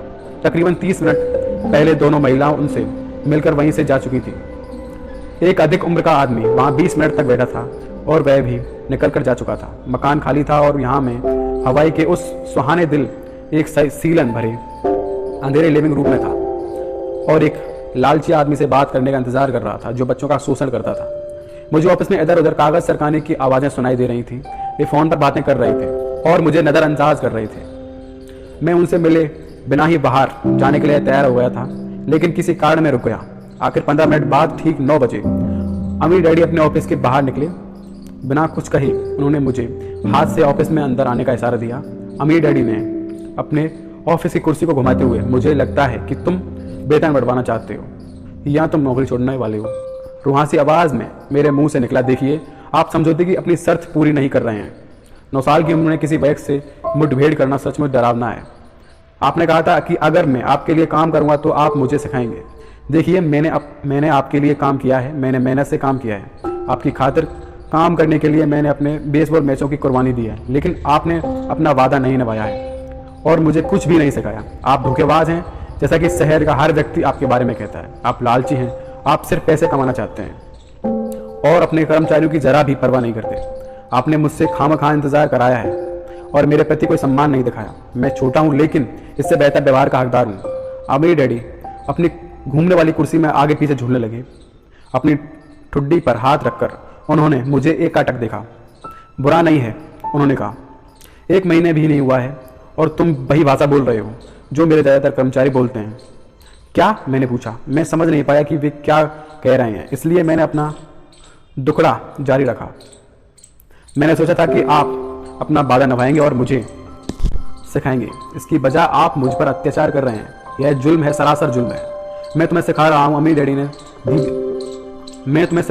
डैडी ने धीमे स्वर में कहा। आपने मुझे क्या सिखाया है? कुछ भी नहीं, मैंने गुस्से से कहा। जब मैं चंद सिक्कों के बदले काम करने के लिए तैयार हो गया था, उसके बाद से आपने मुझसे बात तक नहीं की है। 1 घंटे के बाद 10 सेंट, हा। मुझे तो सरकार से ही आपकी शिकायत करनी चाहिए। आप जानते हैं हमारे देश में बाल श्रम कानून है। आप तो जानते ही हैं मेरे डैडी सरकार के लिए काम करते हैं। शाबाश, अमीर डैडी ने कहा। अब तुम उन अधिकतर कर्मचारियों की भाषा बोल रहे हो जो मेरे लिए काम करते थे। ऐसे कर्मचारी जिन्हें मैं नौकरी से निकाल दिया है या जिन्होंने नौकरी छोड़ दी है। तो इस बारे में आपको क्या कहना है? मैंने पूछा और मुझे एहसास हुआ था कि मैं कम उम्र के बावजूद मैं काफ़ी बहादुरी दिखा रहा हूँ। आपने मुझसे झूठ बोला है, मैंने आपकी खातिर काम किया है और आपने अपना वादा पूरा नहीं किया। आपने मुझसे कुछ नहीं सिखाया है। कौन कहता है कि मैंने तुम्हें कुछ नहीं सिखाया? अमीर डैडी ने शांति से पूछा। देखिए, इस दौरान आपने कभी मुझसे बात तक नहीं की है।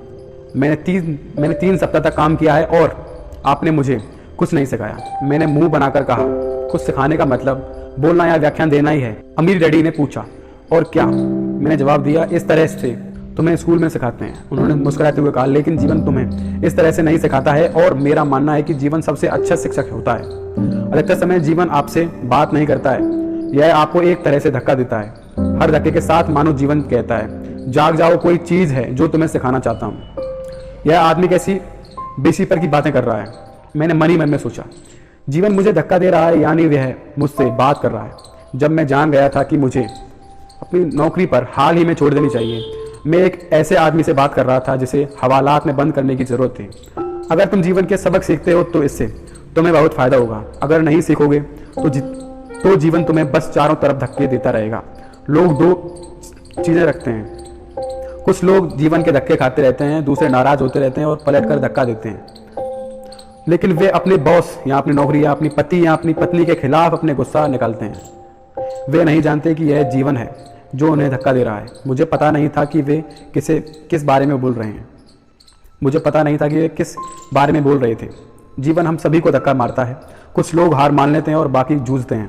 कुछ लोग सबक सीख लेते हैं और आगे बढ़ जाते हैं। वे जीवन के धक्कों का स्वागत करते हैं। इन गिने चुने लोगों के लिए इसका मतलब यह होता है कि उन्हें कुछ सीखने की ज़रूरत है और उन्हें कुछ सीख लेना चाहिए। वे सीख लेते हैं और आगे बढ़ जाते हैं। ज़्यादातर लोग छोड़ देते हैं और कुछ लोग तुम्हारी तरह लड़ते भी हैं। अमीर डैडी खड़े हो गए और उन्होंने लकड़ी की पुरानी जर्जर खिड़की को बंद कर दिया जिसे मरम्मत की ज़रूरत थी। अगर तुम यह सबक सीख लेते हो तो तुम बड़े होकर बुद्धिमान, दौलतमंद और सुखी युवक बनोगे। अगर तुम नहीं सीखते हो तो तुम जिंदगी भर अपने समस्याओं के लिए अपनी नौकरी, कम तनख्वाह या बॉस को दोष देते रहेंगे। तुम जीवन भर उस बड़े मौके की उम्मीद करते रहोगे जो आकर तुम्हारी तमाम आर्थिक समस्याओं का हाल ही कर दे। अमीर डैडी ने यह देखने के लिए मेरी तरफ देखा कि मैं क्या उनकी बात सुन रहा था। उनकी आंखें मेरी नज़रों से मिली। हम एक दूसरे की एकाटक देख रहे थे और अपनी आंखों से संवाद करते रहे। आखिर जब मैंने उनके संदेश का मतलब समझ गया था तो मैंने अपनी नज़रें फेर ली। मैं जान गया था कि उनकी बात सही थी। मैं उन्हें दोष दे रहा था जबकि सीखने का आग्रह मैंने खुद किया था। मैं जूझ रहा था। अमीर डैडी ने आगे कहा, अगर तुम इस तरह के इंसान हो जिसमें जरा भी हिम्मत नहीं है तो जीवन के हर थपेड़े, हर धक्के के सामने तुम हार मान लोगे। अगर तुम इस तरह के इंसान हो जो तुम जिंदगी भर सुरक्षित तरीके से खेलते रहोगे, सही चीज़ें करोगे और किसी ऐसे वक्त का इंतजार करोगे जो कभी आएगा ही नहीं, फिर तुम एक नीरस बूढ़े आदमी की तरह मर जाओगे। तुम्हारे बहुत से दोस्त हैं, सचमुच पसंद करते होंगे। तुम्हारे बहुत से दोस्त तुम्हें सचमुच पसंद करते होंगे क्योंकि तुम बहुत अच्छे मेहनती इंसान हो। लेकिन सच तो यह है कि तुमने जीवन के धक्कों के आगे घुटने टेक दिए थे। दिल की गहराई में तुम जोखिम लेने से थराते थे। तुम दरअसल जीतना चाहते थे, लेकिन हारने का डर था। जीतने के रोमांच से ज्यादा ताकतवर साबित हुआ। दिल की गहराई में तुम्हें और सिर्फ तुम्हें ही यह बात पता रहेगी कि तुमने कभी जीतने की कोशिश नहीं की थी। तुमने सुरक्षित तरीके से खेलने का विकल्प चुना था। हमारी नजरें एक बार फिर मिली। मैंने पूछा, तो आप मुझे धक्का दे रहे थे? कुछ लोग ऐसा कह रहे हैं, कुछ लोग ऐसा कह सकते हैं। अमीर डैडी मुस्कुराए। मैं तो कहूंगा कि मैंने तुम्हें जीवन का स्वाद चखाया है। जीवन का कैसा स्वाद? मैंने पूछा, हालांकि मैं अब भी नाराज, लेकिन अब जीवन का कैसा स्वाद? मैंने पूछा, हालांकि अब भी मैं नाराज था, लेकिन अब मैं जिज्ञासु और सीखने के लिए तैयार था। तुम दोनों लड़के पहले इंसान हो जिन्होंने मुझसे पैसा बनाने की कला सीखने का आग्रह किया है। मेरे 150 से ज़्यादा कर्मचारी हैं, परंतु उनमें से एक ने भी मुझसे धन संबंधी ज्ञान नहीं मांगा। वे मुझसे नौकरी और तनख्वाह मांगते हैं, लेकिन पैसे बनाने की कला सिखाने को भी कभी नहीं कहते। इसलिए ज़्यादातर लोग अपनी ज़िंदगी के सबसे बेहतरीन साल पैसे के खातिर काम करने में गुजार देते हैं और अंत तक कभी समझ ही नहीं पाएंगे दरअसल वे किस चीज़ के लिए काम कर रहे थे। मैं बैठा बैठा गौर से सुनता रहा। तो जब माइक ने मुझे बताया था कि तुम यह सीखना चाहते हो पैसा कैसे बनाया जाता है, तो मैंने ऐसा पाठ्यक्रम बनाने का निर्णय लिया जो असल जीवन का प्रतिबंध हो। मैं बोलते बोलते थक जाता, लेकिन तुम मेरी बात का मतलब कभी नहीं समझते।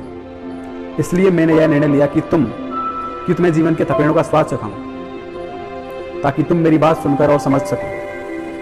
इसलिए मैंने तुम्हें 1 घंटे के लिए सिर्फ 10 सेंट दिए। तो 1 घंटे में 10 सेंट की खातिर काम करके मैंने कौन सा सबक सीखा? मैंने पूछा, यही कि आप लालची हैं और अपने कर्मचारियों को शोषण करते हैं। अमीर डैडी कुर्सी पर पीछे टिके और जमकर हंसे। आखिर वे बोले, सबसे अच्छा यह रहेगा कि तुम अपना दृष्टिकोण बदल दो, मुझे दोष देना छोड़ दो, यह सोचना छोड़ दो कि समस्या में मैं हूँ। अगर तुम सोचते हो कि तुम्हारी समस्या में मैं हूँ तो तुम्हें मुझे बदल देना चाहिए। लेकिन अगर तुम्हें एहसास होता है कि समस्या तुम खुद हो तो तुम खुद को बदल सकते हो, कोई चीज़ सीख सकते हो और ज़्यादा समझदार बन सकते हो। ज़्यादातर लोग खुद को छोड़कर संसार के हर व्यक्ति को बदलना चाहते हैं। मैं तुम्हें बता सकता हूँ, किसी दूसरे को बदलने के बजाय खुद को बदलना ज़्यादा आसान होता है। मैंने कहा, मैं समझ नहीं पाया। अपनी समस्याओं के लिए मुझे दोष देना छोड़ो, अमीर डैडी ने अधीरता से कहा। लेकिन आप मुझे सिर्फ 10 सेंट ही दे रहे थे, तो तुम क्या सीख रहे हो? अमीर डैडी ने मुस्कुराते हुए पूछा। यही कि आप लालची हैं, मैंने शरारती मुस्कुरान के साथ कहा। अमीर डैडी बोले, देखो, तुम अब भी यही सोचते हो कि समस्या में मैं हूं। अमीर डैडी ने बोला, देखो, तुम अब भी वही सोच रहे हो कि समस्या में मैं हूं, वो तो आप ही हैं। देखो, यह नजरिया रखोगे तो तुम जिंदगी भर कुछ नहीं सीख पाओगे। अगर तुम यह नजरिया रखते हो कि समस्या में मैं हूं, तो तुम्हारे पास कौन से विकल्प रह जाते हैं? देखिए, अगर आप मेरी तनख्वाह नहीं बढ़ाते हैं या मेरे प्रति ज्यादा सम्मान नहीं दिखाते हैं और मुझे नहीं सिखाते हैं, तो मैं काम छोड़ दूंगा। ठीक ऐसा ही करते हैं, वे काम छोड़ देते हैं और किसी दूसरी नौकरी की तलाश करते हैं जहां उन्हें बेहतर अवसर और ज्यादातर ऊंची तनख्वाह मिले। वे सच में सोचते हैं कि इससे समस्या सुलझ जाएगी, मगर ज्यादातर मामलों में ऐसा नहीं होता। तो मुझे क्या करना चाहिए? मैंने पूछा। बस 1 घंटे के बदले 10 सेंट की भीख ले लूं और मुस्कुराता रहूं? अमीर डैडी मुस्कुराए। बाकी लोग ही यही करते हैं, वे ऐसा सोचकर तनख्वाह बढ़ने का इंतजार करते हैं कि ज्यादा पैसे से उनकी समस्याएं सुलझ जाएंगी। अधिकतर लोग बस इसे स्वीकार कर लेते हैं। कुछ लोग अपना वर्तमान नौकरी के अलावा दूसरी नौकरी करके ज़्यादा कड़ी मेहनत करते हैं, लेकिन वहाँ भी उन्हें कम तनख्वाह को स्वीकार करना पड़ता है। मैं बैठा बैठा फर्श पर घूमता रहा और उस सबक को समझना शुरू करने लगा जो अमीर डैडी सिखा रहे थे। मुझे एहसास हो गया था कि यह जीवन का स्वाद था। आखिर मैंने नजरें उठाकर पूछा, तो समस्या किस चीज़ से सुलझेगी? इससे, उन्होंने कहा और अपनी कुर्सी पर आगे झुककर मेरे सिर को हिलाकर सिर को हल्के से थपथपाया। तुम्हारे कानों के बीच की चीज से। यही वह पल था जब मेरे डैडी ने यह निर्णायक दृष्टिकोण बताया जो उन्हें उनके कर्मचारियों और मेरे गरीब डैडी से अलग करता था और जिसकी बदौलत वे अंततः हवाई के सबसे अमीर लोगों में से एक बनी, जबकि मेरे उच्च शिक्षित लेकिन गरीब डैडी जिंदगी भर आर्थिक समस्याओं से जूझते रहे। यह एक अनूठा दृष्टिकोण था जिसने मेरी जिंदगी का नक्शा ही बदल दिया। अमीर डैडी ने बार बार मुस्कुराते हुए मुझे यह दृष्टिकोण सिखाया जिसे मैं पहला सबक कहता हूँ। गरीब और मध्यवर्गीय लोग पैसे के लिए काम करते हैं, अमीर लोग पैसे से अपने लिए काम कराते हैं। अब तक मेरे गरीब डैडी ने मुझे जो सिखाया था, शनिवार की उस उसी सुबह मैंने उससे ये एक बिल्कुल भिन्न दृष्टिकोण सीखा। 9 साल की उम्र में मैं ही समझ गया कि दोनों डैडी चाहते हैं कि मैं सीखूं। दोनों ही डैडी मुझे पढ़ने के लिए प्रोत्साहित करते थे, बस अध्ययन के लिए अलग थे। मेरे उच्च शिक्षित डैडी सलाह देते थे कि मैं वह करूं जो उन्होंने किया था। बेटे, मैं चाहता हूं कि तुम जमकर पढ़ाई करो, अच्छे ग्रेड लाओ ताकि तुम्हें किसी बड़ी कंपनी में सुरक्षित नौकरी मिल सके और यह सुनिश्चित करना है कि उसमें बेहतरीन सुविधाएं भी मिले। मेरे अमीर डैडी चाहते थे कि मैं कि मैं यह सीखूं कि पैसा कैसे काम करता है, ताकि मैं इससे अपने लिए काम करा सकूं। यह सबक मैं किसी क्लासरूम के कारण नहीं बल्कि उनके मार्गदर्शन के कारण जीवन भर सीखने वाला था। मेरा अमीर डैडी ने अपने पहले सबक को जारी रखते हुए कहा, मुझे खुशी है कि तुम 10 सेंट प्रति घंटे पर काम करने पर नाराज हैं। अगर तुम नाराज नहीं हुए होते और इसे चुपचाप स्वीकार कर लेते तो मुझे तुमसे कहना पड़ता कि मैं तुम्हें नहीं सिखा सकता। देखो, सचमुच सीखने में ऊर्जा, जोश और ठकठकी इच्छा की जरूरत होती है। क्रोध उस फॉर्मूला का एक बड़ा हिस्सा है, क्योंकि जोश, क्रोध और प्रेम का समन्वय होता है। जब पैसे की बात आती है तो अधिकतर लोग सुरक्षित रास्ता खोजते हैं और सुरक्षित महसूस करना चाहते हैं, इसलिए जोश उन्हें राह नहीं दिखाता, उन्हें राह दिखाता है उनका डर। तो क्या इसलिए वे कम तनख्वाह वाली नौकरियों के लिए राजी हो जाते हैं? मैंने पूछा। हाँ, अमीर डैडी ने कहा, कुछ लोग कहते हैं कि मैं कर्मचारियों का शोषण करता हूं क्योंकि मैं उन्हें शुगर प्लांटेशन या सरकारी जितनी ऊंची तनख्वाह नहीं देता। मैं कहता हूं कि लोग अपना शोषण खुद करते हैं, डरते हुए हैं, मैं नहीं। मैंने पूछा, लेकिन क्या आपको नहीं लगता कि आपको उन्हें ज़्यादा वेतन देना चाहिए? मुझे ज़्यादा वेतन देने की ज़रूरत नहीं है, इसके अलावा ज़्यादा पैसा मिलने से भी उनकी समस्याएं नहीं सुलझेंगी। अपने डैडी को ही देख लो, वे बहुत सारा पैसा कमाते हैं मगर इसके बावजूद अपने बिलों का भुगतान नहीं कर पाते हैं। अधिकतर लोगों को अगर ज़्यादा पैसा दे दिया जाए तो वे ज़्यादा कर्ज में डूब जाएंगे। तो इसीलिए आपने 10 सेंट प्रति घंटे की तनख्वाह दी, मैंने मुस्कुराते हुए कहा। यह सबक का हिस्सा था। सही समझे, अमीर डैडी मुस्कुराते हुए कहे। देखो, तुम्हारे डैडी स्कूल गए और उन्होंने उत्कृष्ट शिक्षा इसलिए हासिल की ताकि उन्हें ऊंची तनख्वाह वाली नौकरी मिल सके, लेकिन उनके पास अब भी पैसे संबंधी समस्याएं हैं क्योंकि उन्होंने स्कूल में पैसों के बारे में कभी कुछ नहीं सीखा। इससे बढ़कर वे पैसे के लिए काम करने में यकीन करते हैं। और आप नहीं करते? मैंने पूछा। नहीं, सच कुछ नहीं, अमीर डैडी ने कहा। अगर तुम पैसों के लिए काम करना सीखना चाहते हो तो स्कूल में सीखो। ऐसा करना सीखने के लिए उससे बढ़िया कोई जगह नहीं है। लेकिन अगर तुम यह सीखना चाहते हो कि पैसे से अपने लिए कैसे काम कराया जाए तो यह तुम्हें मैं सिखाऊंगा, परंतु तभी जब तुम सीखना चाहोगे। क्या हर कोई इसे नहीं सीखना चाहता है? मैंने पूछा। नहीं, अमीर डैडी ने कहा, सिर्फ इसीलिए क्योंकि पैसे के लिए काम करना सीखना ज़्यादा आसान होता है, खासतौर पर अगर धन संबंधी मामलों में डर तुम्हारा मूल भाव हो। मैं समझ नहीं पाया, मैंने त्योरी चढ़ाकर कहा। हाल फिलहाल उसकी चिंता मत करो, बस इतना जान लो कि यह डर होता है जिसकी वजह से ज़्यादातर नौकरी करते रहते हैं। अपने बिल ना चुका पाने का डर, नौकरी से निकालने का डर, पर्याप्त पैसा ना होने का डर और दोबारा शुरुआत करने का डर। यह किसी पेशे या हुनर को सीखने का अध्ययन करने और फिर पैसे के लिए काम करने की कीमत है। अधिकतर लोग पैसे के लिए गुलाम बन जाते हैं और फिर अपने बॉस पर नाराज होते हैं। पैसे से अपने लिए काम कराना सीखना अध्ययन का एक बिल्कुल अलग पाठ्यक्रम है। मैंने पूछा। बिल्कुल, अमीर डैडी ने जवाब दिया, बिल्कुल। हवाई में शनिवार की उस सुबह हम खामोशी में बैठे रहे। मेरे मित्रों ने अभी अपना लिटिल लीग बेसबॉल मैच शुरू किया था, लेकिन किसी कारण मैं खुश था कि मैं 10 सेंट प्रति घंटे पर काम करने का निर्णय लिया था। मुझे एहसास हुआ था कि मैं कुछ ऐसा सीखने वाला हूं जो मेरे मित्र स्कूल में कभी नहीं सीख पाएंगे। सीखने के लिए तैयार हो? अमीर डैडी ने पूछा। बिल्कुल, मैंने दांत दिखाते हुए कहा। मैंने अपना वादा निभाया, मैं तुम्हें दूर से सिखा रहा हूं, अमीर डैडी ने कहा। 9 साल की उम्र में तुम इस बात का स्वाद चख चुके हो कि पैसे के लिए काम करने में कैसा लगता है। बस अपने आखिरी महीने को 50 साल से गुणा कर लो और तुम्हें इस बात का अंदाजा हो जाएगा कि ज़्यादातर लोगों की ज़िंदगी कैसे गुजरती है। मैं समझ नहीं पाया, मैंने कहा। जब तुम मुझसे मिलने के लिए कतार में इंतजार कर रहे थे, एक बार नौकरी पाने के लिए और दूसरी बार तनख्वाह बढ़वाने के लिए, तब तुम्हें कैसा महसूस हो रहा था? बहुत बुरा, मैंने कहा। अमीर डैडी बोले, अगर तुम पैसे के लिए काम करने का निर्णय लेते हो तो जीवन इसी तरह गुजरेगा। तुम्हें तब कैसा महसूस हुआ था जब मिसेस मार्टिन ने 3 घंटे के लिए काम करने बदले में तुम्हारे हाथ में 3 सिक्के रखे थे? मुझे महसूस हुआ था कि यह काफ़ी नहीं है, यह तो कुछ भी नहीं लग रहा था। मैं निराश हुआ था। मैंने कहा, अपनी तनख्वाह को देखकर अधिकतर कर्मचारी ऐसा ही महसूस करते, खास तौर पर जब उसमें से सारे टैक्सी और कटौतियाँ और दूसरी कटौती कम हो जाती हैं। कम से कम तुम्हें तो 100% तनख्वाह मिली थी। आपका मतलब है कि ज़्यादातर कर्मचारियों को पूरी तनख्वाह नहीं मिलती है? हे भगवान, नहीं, अमीर डैडी ने कहा। सरकार अपना हिस्सा सबसे पहले ले लेती है। सरकार ऐसा कैसे करती है? मैंने पूछा।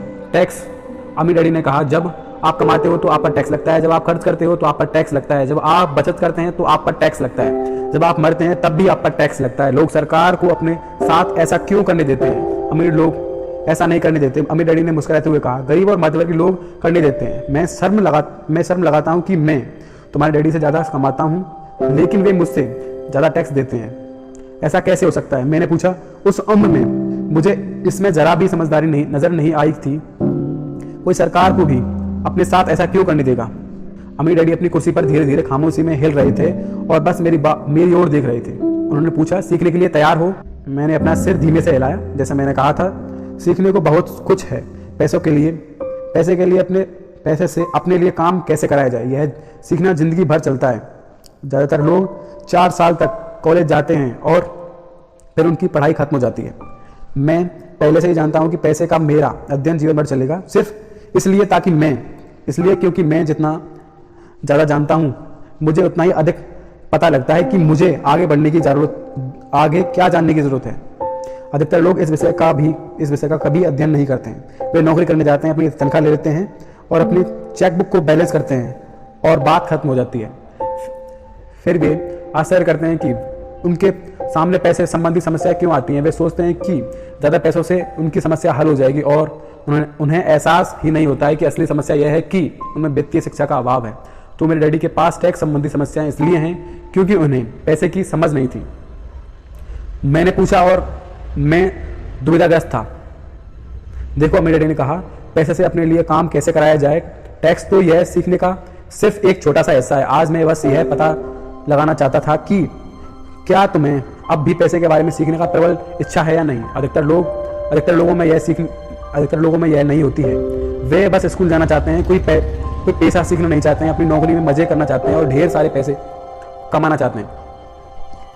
एक दिन वे तब जागते हैं जब उनके सामने पैसे की बड़ी समस्या खड़ी होती है और इसके बाद वे जीवन में कभी नौकरी करना नहीं छोड़ सकते। पैसे के लिए काम करने की यही कीमत होती है और उन्हें यह कीमत चुकानी पड़ती है। यदि वे पैसे से ही अपने लिए काम करना सीख लेते हैं तो उनके सामने यह समस्या आती ही नहीं।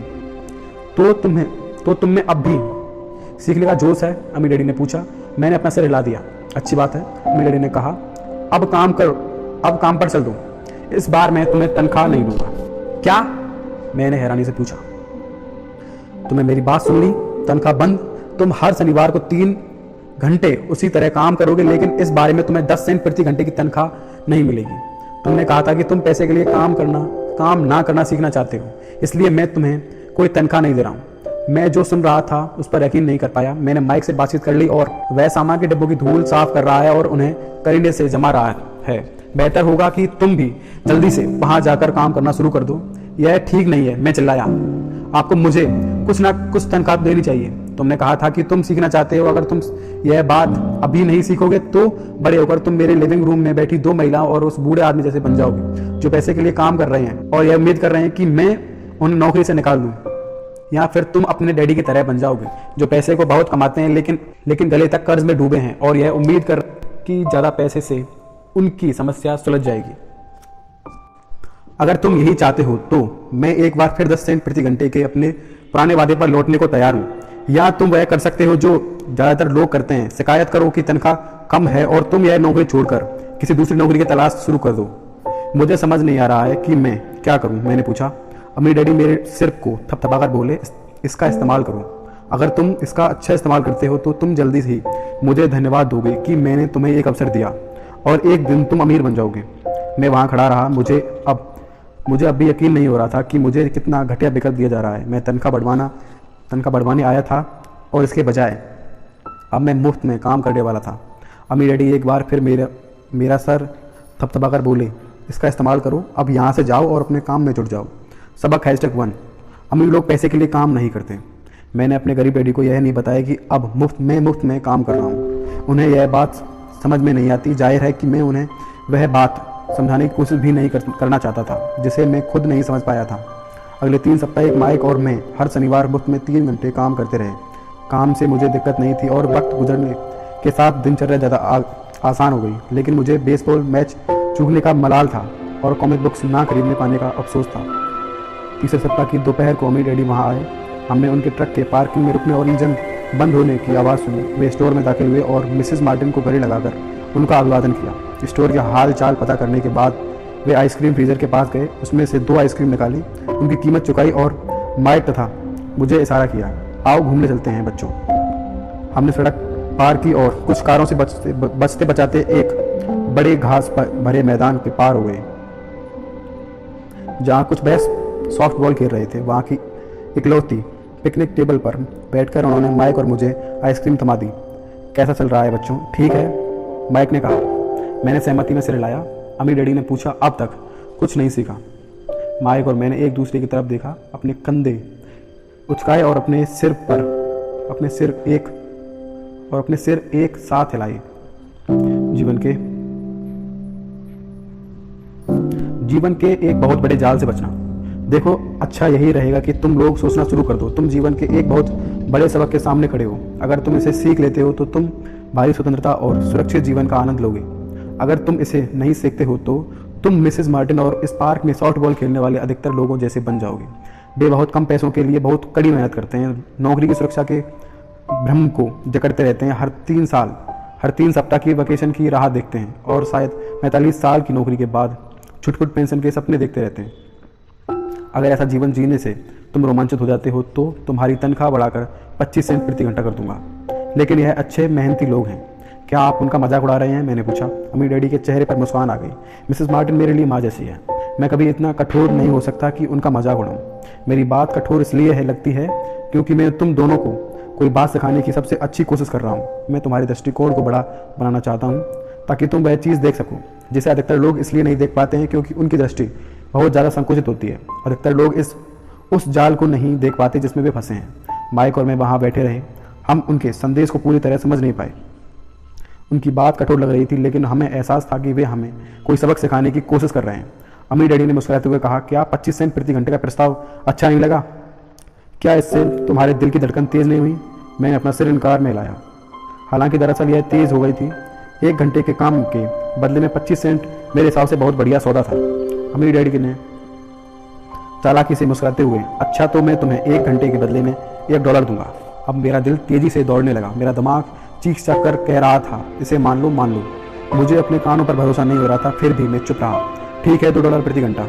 मेरा छोटा दिमाग और दिल फटने की कगार पर पहुंच गई। आखिर यह 1956 की बात थी और $2 प्रति घंटे की कमाई मुझे संसार का सबसे अमीर बच्चा बना देती। मैं इतने पैसे कमाने की कल्पना भी नहीं कर सकता था। मैं हाँ कहना चाहता था, मैं सौदे को पक्का करना चाहता था। मुझे एक नई साइकिल और बेसबॉल के लिए दस्ताने दिख रहे थे। मेरे पास कड़क बोर्ड देखकर मेरे मित्रों की प्रशंसा भरी निगाहों की तस्वीर भी मुझे साफ दिख रही थी। उससे भी बढ़कर जिमी और उसके अमीर दोस्त अब मुझे दोबारा गरीब नहीं कह सकते थे। लेकिन किसी वजह से मेरा मुंह बंद रहा। आइसक्रीम पिघल गई थी और अब मेरे हाथ पर रिस रही थी। अम्मी डैडी हम दोनों लड़कों को देख रहे थे जो आंखें फाड़कर खाली दिमाग से उन्हें घूर जा रहे थे। वे हमारा इम्तिहान ले रहे थे और वे जानते थे कि हमारे दिल का एक कोना उस सौदे को करने के लिए लालायित है। वे यह बात समझते थे कि हर इंसान के दिल का एक हिस्सा कमज़ोर और ज़रूरतमंद होता है जिसे खरीदा जा सकता है। वे यह भी जानते थे कि इंसान के दिल का एक हिस्सा ऐसा भी होता है जो मजबूत होता है और जिसे कभी नहीं खरीदा जा सकता। असल सवाल तो यह था कि कौन सा हिस्सा ज़्यादा शक्तिशाली था। ठीक है, $5 प्रति घंटा। अचानक मैं शांत हो गया। कोई चीज़ बदल गई थी।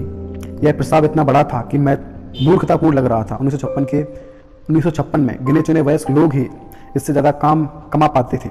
इसलिए मेरा प्रलोभन तुरंत गायब हो गया और शांति छा गई। धीरे धीरे मैंने बाई तरफ मुड़कर माइक को देखा। उसने भी मेरी ओर देखा।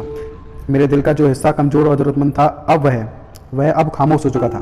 किसी कीमत पर ना बिकने वाला मेरा हिस्सा नियंत्रण में आ चुका था। मैं जानता था कि माइक भी उसी बिंदु पर पहुंच गया था। अच्छी बात है, मेरे डैडी ने धीरे से कहा। अधिकतर लोग की एक कीमत अच्छी होती है और उनकी कीमत इसलिए होती है क्योंकि हम सभी में 2 भावनाएं होती हैं, डर और लोभ। पहली बात, पैसे ना होने का डर हमें कड़ी मेहनत करने के लिए प्रेरित करता है। इसके बाद जब हमें तनख्वाह मिलती है तो लोभ या इच्छा, वे सारी अद्भुत चीज़ें हमारे दिमाग में ले आती हैं जो उस पैसे से खरीदा जा सकती है। इस तरह हमारी ज़िंदगी का सिलसिला तय हो गया।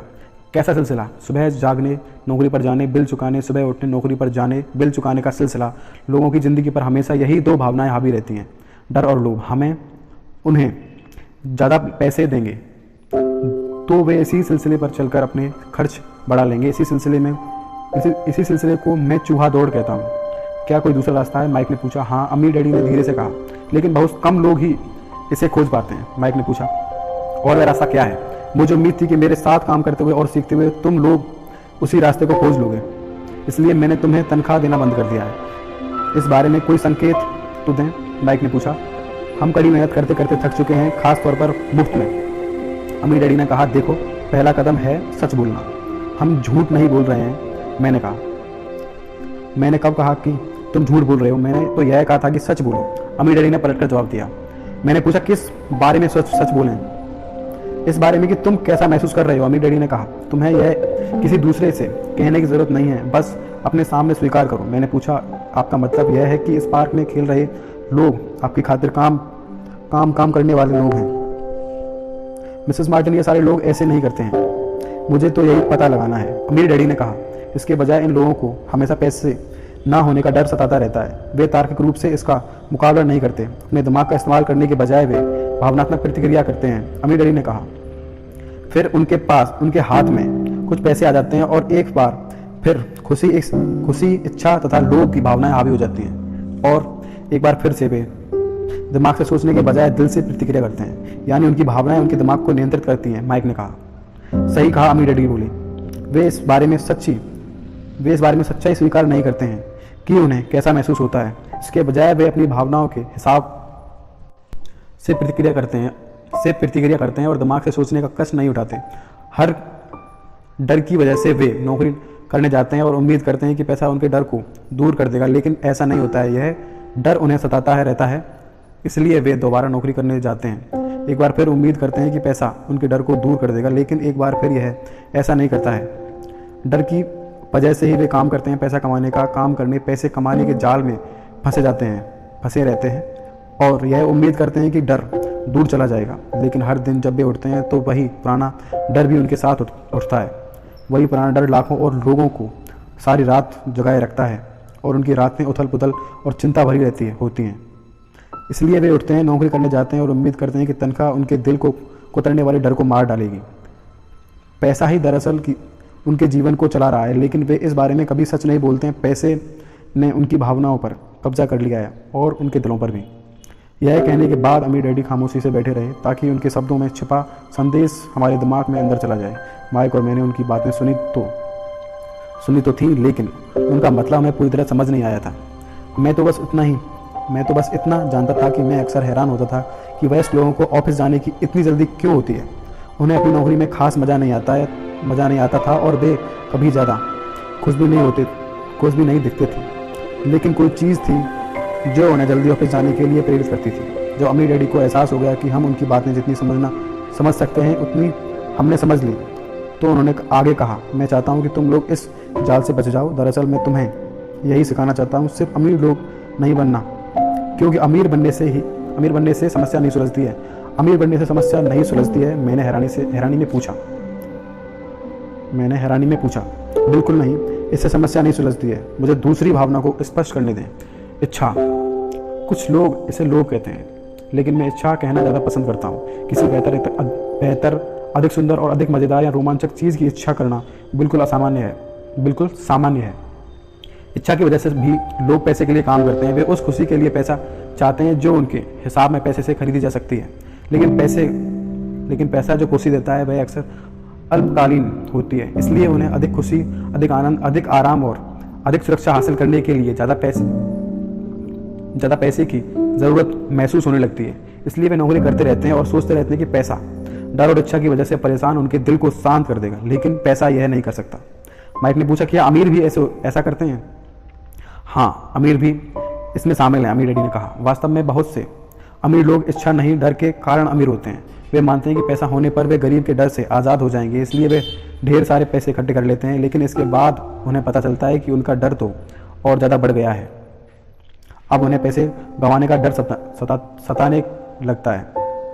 मेरे कुछ मित्र जो काफ़ी पैसे वाले होने के बावजूद नौकरी कर रहे हैं, मैं ऐसे लोगों को जानता हूं जिनके पास कई मिलियन डॉलर हैं, लेकिन वे गरीबी के दिनों में जितना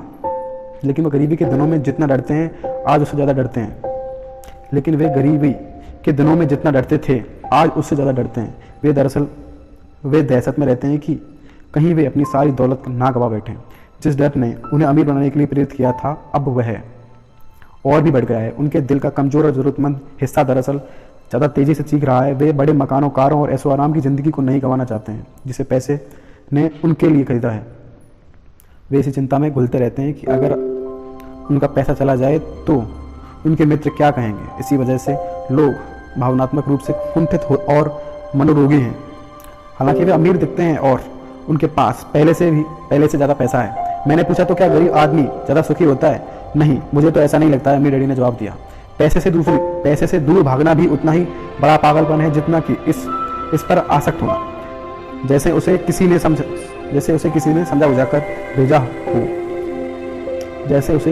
बुझाकर भेजा हो। उसी समय कस्बे का पागल हमारी टेबल के पास से गुजरा और बड़े कूड़ेदान के पास रुककर उसमें कुछ टटोलने लगा। चर्चा के इस मोड़ पर हम तीनों ने बड़ी रुचि से उसे देखा। हालांकि पहले शायद हम उसे नजरअंदाज कर रहे थे। अम्मी डैडी ने अपने पर्स से $1 का नोट निकाला और उस पागल बूढ़े को इशारा करके बुलाया। पैसा देखकर पागल तुरंत पास आ गया। उसने नोट ले लिया।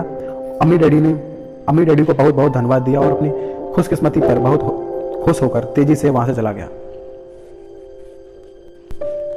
उसमें और मेरे ज़्यादातर कर्मचारियों में बहुत अंतर नहीं है, अम्मी डैडी ने कहा। मैं ऐसे बहुत से लोगों से मिला हूँ जो कहते हैं, ओह, पैसे में मेरी कोई दिलचस्पी नहीं है, लेकिन फिर वे हर दिन 8 घंटे नौकरी करते हैं। यह सच्चाई को नकारना है। अगर उनकी पैसे में कोई दिलचस्पी नहीं है तो वे नौकरी क्यों कर रहे हैं? इस तरह की सोच शायद उस आदमी से ज़्यादा पागलपन भरी है जो पैसों पर कुंडली मारकर बैठ जाता है। जब मैं वहाँ अपने अम्मी डैडी को बातें सुन रहा था तो मेरे दिमाग में बात आई जो मेरे खुद के डैडी ने असंख्य बार कही थी, मेरी पैसे में कोई दिलचस्पी नहीं है। वे इन शब्दों को अक्सर कहा करते थे। वे यह कहकर खुद को हमेशा सुरक्षित कर लेते थे, मैं इसलिए नौकरी करता हूँ क्योंकि मैं अपने काम से प्यार करता हूँ। तो हम क्या करें? मैंने पूछा। पैसे के लिए तब तक काम ना करें जब तक कि डर और लोभ की भावनाएं पूरी तरह से हमारे दिल से खत्म नहीं हो जाती। नहीं, इसमें तो बहुत समय बर्बाद हो जाएगा, अम्मी डैडी ने कहा। भावनाओं की वजह से ही तो हम इंसान हैं। इमोशन या भावना का मतलब चलायमान ऊर्जा। अपनी भावनाओं के बारे में ईमानदार रहो और अपने दिमाग और भावनाओं का इस्तेमाल अपने विरोध में करने के बजाय अपने पक्ष में करो। ओह, माइक ने कहा, अभी मैंने जो कहा अगर वह तुम्हें पूरी तरह समझ में नहीं आया हो तो उसकी चिंता मत करो। आने वाले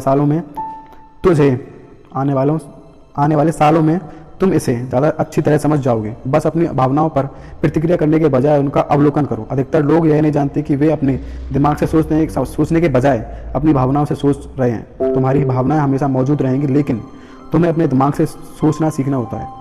मैंने पूछा, क्या आप मुझे कोई उदाहरण दे सकते हैं? बिल्कुल, अम्मी डैडी ने जवाब दिया। जब कोई व्यक्ति कहता है मुझे नौकरी खोजने की ज़रूरत है तो संभवतः एक भावना सोच रही है। इस विचार का असल कारण है पैसे ना होने का डर। लेकिन बिल चुकाने के लिए लोगों को पैसे की ज़रूरत पड़ती है, मैंने कहा। निश्चित रूप से ज़रूरत पड़ती है, अम्मी डैडी ने मुस्कुराते हुए कहा। मैं तो सिर्फ यह कह रहा हूँ कि उनके डर के कारण ही उनके मन में यह विचार आता है। मैं नहीं समझ पाया, माइक ने कहा। मिसाल के तौर पर अम्मी डैडी ने कहा, अगर धन की कमी का डर सताए तो नौकरी ढूंढने के लिए तुरंत दौड़ने के बजाय वे खुद से यह सवाल पूछते नौकरी ढूंढने के लिए तुरंत दौड़ने के बजाय वे खुद से यह सवाल पूछ सकते हैं, क्या लंबे समय में नौकरी इस डर का सबसे अच्छा समाधान है? मेरे ख्याल से इसका जवाब है नहीं। दरअसल नौकरियां दीर्घकालीन समस्या का अल्पकालीन समाधान है। लेकिन मेरे डैडी हमेशा कहते हैं, स्कूल जाओ, अच्छे ग्रेड लाओ ताकि तुम एक सुरक्षित नौकरी खोज सको। मैंने थोड़ी दुविधा में कहा, हाँ, मैं समझ सकता हूँ कि वे ऐसा क्यों कहते हैं।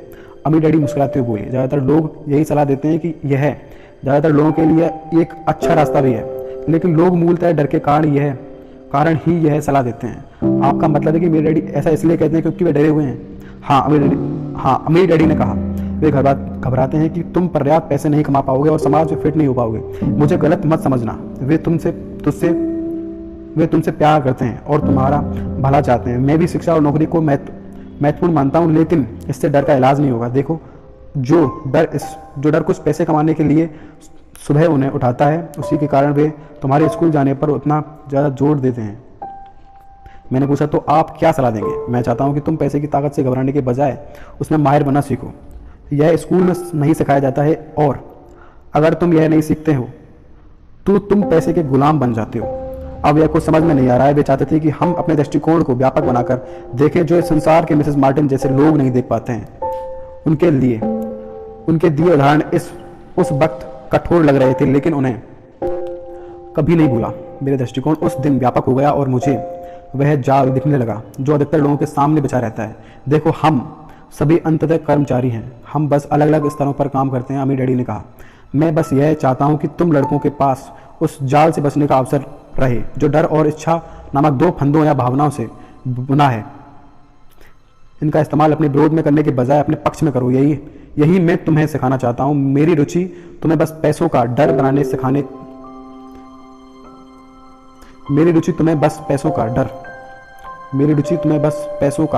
बनाना सिखाने में नहीं है। उससे डर या इच्छा का इलाज नहीं होगा।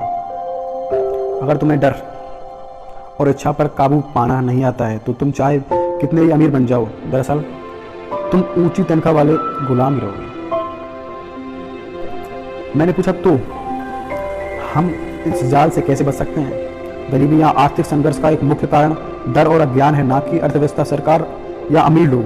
यह खुद का थोपा हुआ डर और अज्ञान है जो लोगों को जाल में फंसाए रखता है। इसलिए तुम लोग स्कूल जाओ, कॉलेज की डिग्रियां ले लो और तुम्हें मैं सिखाऊंगा कि इस जाल से बाहर कैसे निकला जाता है।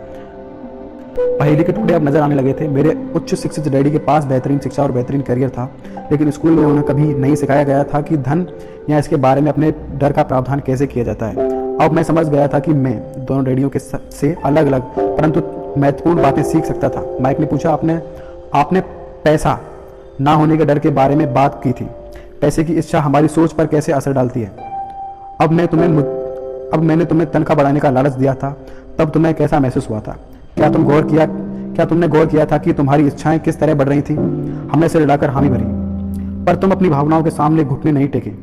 तुम लोगों ने अपनी प्रतिक्रियाओं में विलंब किया और इस दौरान तुम्हें सोचने का वक्त मिल गया। वह महत्वपूर्ण है। डर और लोभ की भावनाएं हमेशा हमारे अंदर रहेंगी, लेकिन आज के बाद यह तुम्हारे लिए अनिवार्य है कि तुम इन भावनाओं का इस्तेमाल अपने लिए करो, और लंबे समय में यह महत्वपूर्ण है कि तुम भावनाओं को अपने दिमाग पर हावी ना होने दो। ज़्यादातर लोग डर और लोभ का इस्तेमाल अपने खिलाफ करते हैं। यह अज्ञानता की शुरुआत है। इच्छा और डर की भावनाओं के कारण अधिकतर लोग अपना जीवन तनख्वाह, वेतन वृद्धि और नौकरी की सुरक्षा के पीछे भागने के लिए बता देते हैं। वे दरअसल सोचते ही नहीं कि भावनाओं से संचालित ये विचार उन्हें किधर ले जा रहे हैं। यह तो वैसा ही है जैसे गाड़ी खींचने वाले किसी गधे को मालिक उसकी नाक से सामने एक गाजर लटका देता है। गधे का मालिक जहां जाना चाहता है वहां पहुंच जाता है, लेकिन गधा तो एक भ्रम का पीछा कर रहा था। कल गधे के सामने एक दूसरी गाजर आ जाएगी तो गधा उसका पीछा करने लगेगा। आपका मतलब यह है कि जिस पल मैंने बेसबॉल के नए दस्ताने, कैंडी और खिलौने की तस्वीर देखी, वह गधे के समान लटकी गाजर जैसी थी। माइक ने पूछा, हाँ, और उम्र बढ़ने के साथ साथ तुम्हारे खिलौने भी ज़्यादा महंगे होते जाएंगे। अपने दोस्तों को प्रभावित करने के लिए एक नई कार, एक नया नाव और एक बड़ा मकान। अमीर डैडी ने मुस्कुराते हुए कहा, डर तुम्हें दरवाजे से बाहर धक्का देता है और इच्छा तुम्हें पुकारती है, यही जाल है। माइक ने पूछा, तो इसका जवाब क्या है? डर और इच्छा अज्ञानता की वजह से होते हैं। डर और इच्छा अज्ञानता की वजह से बढ़ते हैं, इसीलिए हम अमीर लोगों के पास जितना ज़्यादा पैसा होता है उनका डर भी उतना ज़्यादा बढ़ता जाता है। पैसा गाजर है और भ्रम है। अगर गधा पूरी तस्वीर देख ले तो वह गाजर का पीछा करने के अपने चयन के बारे में दोबारा सोच सकता है। अमीर डैडी ने आगे समझाया कि इंसान का जीवन अज्ञान और ज्ञान के बीच एक संघर्ष है। उन्होंने समझाया कि एक बार जब कोई इंसान जानकारी और आत्मज्ञान की तलाश बंद कर देता है तो अज्ञानता हावी हो जाती है। यह संघर्ष हर पल होता है और इसीलिए हमें हर पल यह निर्णय लेना सीखना होता है कि हम अपने दिमाग को खुला रखेंगे या बंद। देखो, स्कूल बहुत महत्वपूर्ण है। तुम स्कूल इसलिए जाते हो ताकि समाज के उपयोगी सदस्य बनने के लिए कोई योग्यता या पेशा सीखो। हर समाज में शिक्षकों, डॉक्टरों, मैकेनिकों, चित्रकारों, रसोइयों, व्यवसायियों, पुलिस अफसरों, आग बुझाने वालों और सिपाहियों की जरूरत होती है। स्कूल में यह सब इसलिए सिखाया जाता है ताकि समाज समृद्ध बन सके। अमीर डैडी ने कहा, दुर्भाग्य से बहुत से लोगों के लिए स्कूल शिक्षा की शुरुआत नहीं अंत होता है। लंबी खामोशी छाई रही। अमीर डैडी मुस्कुरा रहे थे। उस दिन उन्होंने जो कुछ कहा वह हर बात मुझे तब समझ नहीं आ रही थी। वह हर बात मुझे तब समझ नहीं आ रही थी वह हर बात मुझे तब समझ नहीं आई थी, लेकिन अधिकतर महान शिक्षकों की तरह उनके शब्द भी मुझे बरसों की तरह सिखाते थे। उनके शब्द भी मुझे बरसों तक सिखाते रहे। मैं आज थोड़ा कठोर रहा हूं, अम्मी डैडी ने कहा।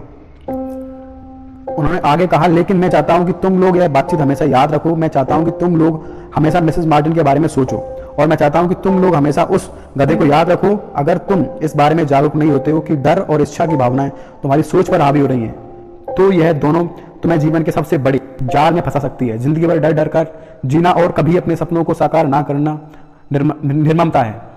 यह भी निर्ममता की पैसे की खातिर कड़ी मेहनत की जाए और यह सोचा जाए कि यह तुम्हारे लिए ऐसी चीजें खरीद देगा जिनसे तुम खुश हो जाओगे। बिल चुकाने की दहशत में आधी रात को जागना जीने का एक भयानक तरीका है। अपनी तनख्वाह के आकार के हिसाब से जीना भी कोई जीना नहीं है। कोई नौकरी तुम्हें सुरक्षित बनाती है, यह सोचना खुद से झूठ बोलना है। यह निर्माता और यही वह जाल है जिसे मैं तुम लोगों को बचाना चाहता हूं। मैंने देखा कि पैसा लोगों के जीवन को कैसे चलाता है। अपने साथ यह मत होने देना। भगवान के लिए पैसे को अपना जीवन मत चलाने दो। एक सॉफ्टबॉल लुढ़कती हुई हमारी मेज के नीचे आ गई। अम्मी डैडी ने इसे उठाकर वापस खिलाड़ियों के पास फेंक दिया। मैंने पूछा, लोभ और डर से अज्ञानता का क्या ताल्लुक है? क्योंकि यह पैसे के बारे में अज्ञानता ही है जिसकी वजह से इतना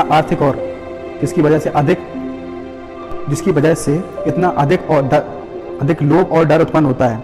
अम्मी डैडी ने कहा, मैं तुम लोगों को कुछ उदाहरण देता हूँ। मान लो एक डॉक्टर अपने परिवार के जीवन स्तर को बेहतर बढ़ाने के लिए अधिक पैसे चाहता है, इसलिए वह अपनी फीस को बढ़ा देता है। अपनी फीस बढ़ाकर उसने स्वास्थ्य सुविधा को प्रत्येक के लिए अधिक महंगा कर दिया है। उन्होंने कहा, इससे गरीब लोगों को सबसे अधिक चोट पहुंचती है, इसलिए उनकी सेहत धनवान लोगों के मुकाबले ज़्यादा खराब हो जाएगी।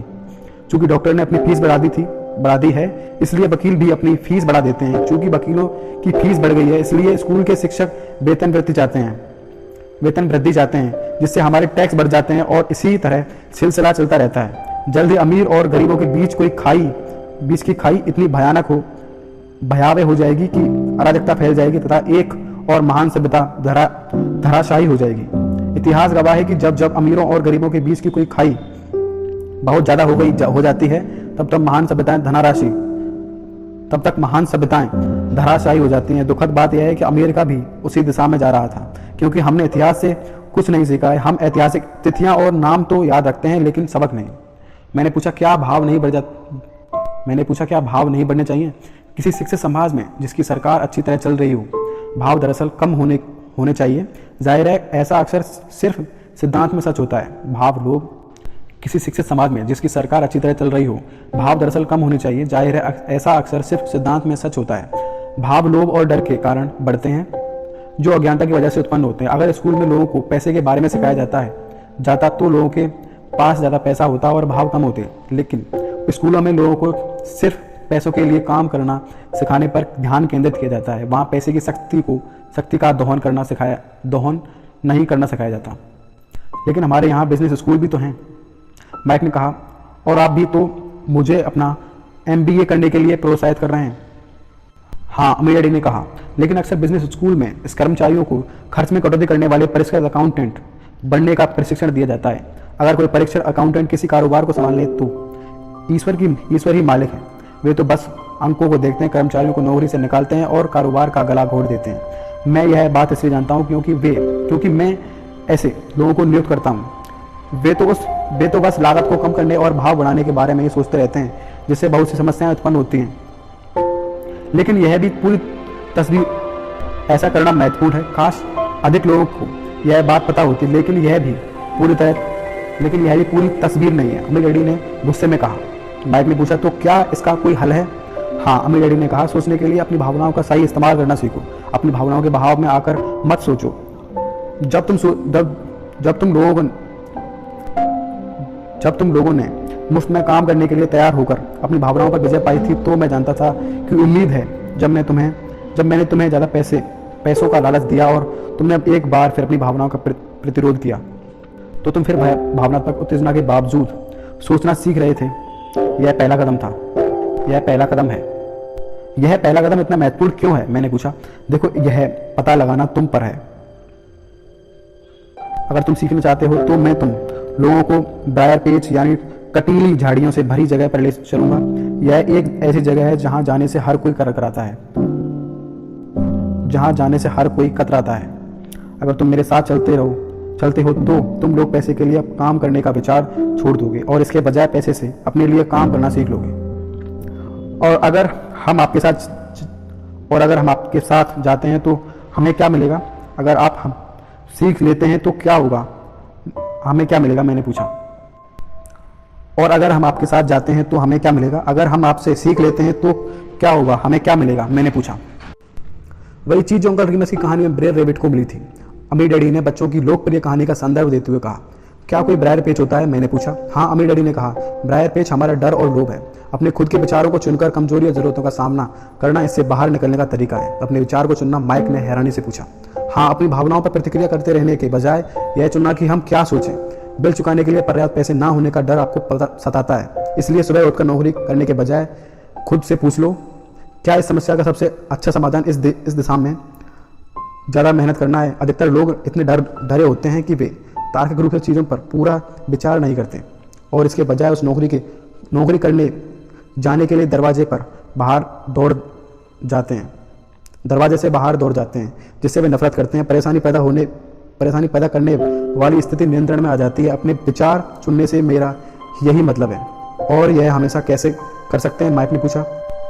मैं तुम्हें यही सिखाऊंगा। मैं तुम्हें सिखाऊंगा कि अपनी सुबह की कॉफ़ी गट कर दरवाजे से बाहर भागने वाली हड़बड़ी के काम करने के बजाय तुम अपने विचारों को चुन सको। जो मैंने पहले कहा था उसे याद रखो, नौकरी एक दीर्घकालीन समस्या का अल्पकालीन समाधान है। अधिकतर लोग के दिमाग में केवल एक ही समस्या रहती है और अल्पकालीन होती है। यह समस्या है महीने के आखिर में चुकाए जाने वाले बिल, यानी परेशानी पैदा करने वाली स्थिति। पैसा उनके जीवन को नियंत्रित करता है, या मुझे यह कहना चाहिए कि पैसे के बारे में डर और अज्ञान इसे नियंत्रित करता है। इसलिए वे वही करते हैं जो उनके माता पिता ने किया था। वे हर दिन उठते हैं और पैसे के लिए काम करने चले जाते हैं और यह सवाल पूछने का समय ही नहीं निकालते हैं, क्या कोई दूसरा तरीका है? उनके दिमाग नहीं, उनकी भावनाएं उनकी सोच को नियंत्रित करती है। माइक ने पूछा, क्या आप भावनाओं की सोच और दिमाग की सोच का फर्क बता सकते हैं? क्यों नहीं, मैं ऐसे सारे समय सुनता रहता हूँ। अमीर डैडी ने कहा, मैं ऐसी बातें सुनता रहता हूँ। देखिए, हर किसी को काम करना होता है, या अमीर बदमाश होते हैं, या मैं दूसरी नौकरी खोज लूंगा। मैं इस वेतन वृत्ति का हकदार हूँ। आप इस तरह मेरा शोषण नहीं कर सकते। या मुझे यह नौकरी इसलिए पसंद है क्योंकि यह सुरक्षित है। कोई भी यह नहीं पूछता क्या कोई ऐसी चीज़ है जो मैं यहाँ नहीं समझ रहा हूँ। इस सवाल को भावनात्मक विचारों की जंजीर टूट जाएगी और तुम्हें ज़्यादा अच्छी तरह सोचने का समय मिल जाएगा। जब हम दोबारा स्टोर की ओर बढ़े तो अमीर डैडी ने स्पष्ट किया कि अमीर लोग सचमुच पैसे बनाते हैं, वे इसलिए काम नहीं करते थे। उन्होंने आगे बताया कि जब माइक और मैं शीशे से 5 सेंट के सिक्के डालते समय सोच रहे थे कि हम पैसे बना रहे थे। जब हम दोबारा स्टोर की ओर बढ़े तो अमीर डैडी ने स्पष्ट किया कि अमीर लोग सचमुच पैसे बनाते थे, वे इसके लिए काम नहीं करते थे। उन्होंने आगे बताया कि जब माइक और मैं शीशे से 5 सेंट के सिक्के डालते समय सोच रहे थे कि हम पैसे बना रहे थे, तो हम उस समय सोचने के काफ़ी करीब थे जिस तरह अमीर लोग सोचते हैं। समस्या यह थी कि सिक्के ढालना सरकार और बैंक के लिए कानूनी था, लेकिन हमारे लिए गैर कानूनी था। उन्होंने हमें बताया कि शून्य से पैसे बनाने के कानूनी तरीके भी होते हैं। अमीर डैडी ने बाद में बताया कि अमीर लोग जानते हैं कि पैसा एक भ्रम है जो दरअसल गधे के समान लटकी गाजर जैसा है। सिर्फ डर और लोभ की वजह से ही अरबों लोग पैसे के दम में फंसे रहते हैं और यकीन करते हैं कि पैसा असली है या नहीं है। पैसा दरअसल बनाया जाता है जनता के अज्ञान और विश्वास के भ्रम की वजह से ही ताश का एक यह महल खड़ा हुआ है। उन्होंने बताया कि पहला अमेरिका में स्वर्ण पैमाना प्रचलित था और बाद में हर डॉलर का नोट दरअसल चांदी का प्रमाण पत्र हो गया। उन्हें इस अफवाह से चिंता हो रही थी कि किसी दिन हम स्वर्ण पैमाने को छोड़ देंगे और डॉलर के पीछे किसी वास्तविक संपत्ति का समर्थन नहीं होगा। बच्चों, अगर ऐसा होता है तो कोहराम मच जाएगा। गरीब, मध्यवर्गीय और अज्ञानी लोगों की जिंदगी सिर्फ इसलिए बर्बाद हो जाएगी क्योंकि वे यकीन करते रहेंगे कि पैसा व्यावसायिक और वे जिस कंपनी या सरकार के लिए काम करते हैं वह उनकी देखभाल करेगी। उनकी बातें दरअसल उस दिन हमें समझ में नहीं आ रही थी, लेकिन आगे के सालों में इनमें काफ़ी समझदारी नजर आएगी। वह देखना जो दूसरे नहीं देख पाते। जब अमीर डैडी अपने छोटे सुपरमार्केट के बाहर अपने पिकअप ट्रक में चढ़े तो उन्होंने कहा, काम करते रहो बच्चों, लेकिन तुम तनख्वाह की जरूरत को जितनी जल्दी भूल जाओगे तुम्हारी आगे की जिंदगी उतनी ही आसान हो जाएगी। अपने दिमाग का इस्तेमाल करते रहो, मुफ्त में काम करते रहो और जल्दी ही तुम्हारा दिमाग तुम्हें पैसे बनाने के तरीके दिखाने लगेगा, जिनसे तुम्हारी इतनी ज़्यादा कमाई होगी जितनी कि मैं तुम्हें कभी नहीं दे सकता। तुम ऐसी चीज़ें देखोगे जो दूसरे लोग कभी नहीं देख पाते हैं। अधिकतर लोग इन अवसरों को कभी नहीं देख पाते हैं क्योंकि वे पैसे और सुरक्षा की तलाश करते हैं, इसलिए उन्हें सिर्फ यही मिलता है। जिस पल तुम एक अक्सर भांप लेते हो तो तुम जिंदगी भर अब अवसर भांप सकते हो। जिस पल तुम ऐसा कर लोगे, मैं तुम्हें कोई दूसरी चीज़ सिखाऊंगा। इसे सीख लोगे तो तुम जीवन के सबसे बड़े जाल में से एक से बच जाओगे। माइक और मैंने स्टोर से सामान उठाया और हाथ हिलाकर मिसेस मार्टिन से विदा ली। हम पार्क में जाकर उसी पिकनिक बेंच पर बैठ गए और कई घंटे तक सोचते रहे तथा बात करते रहे। स्कूल में भी हमने अगले सप्ताह सोचा और बातें की। 2 और सप्ताह तक सोचते रहे, बात करते रहे और मुफ्त में काम करते रहे। दूसरे शनिवार के अंत में एक बार फिर मिसेस मार्टिन से विदा ले रहा था और कॉमिक बुक्स स्टैंड को हसरत भरी निगाह से देख रहा था। हर शनिवार 30 सेंट ना मिलने के बारे में सबसे दुखद चीज़ यह थी कि मेरे पास कॉमिक बुक्स खरीदने के लिए कोई पैसा नहीं था।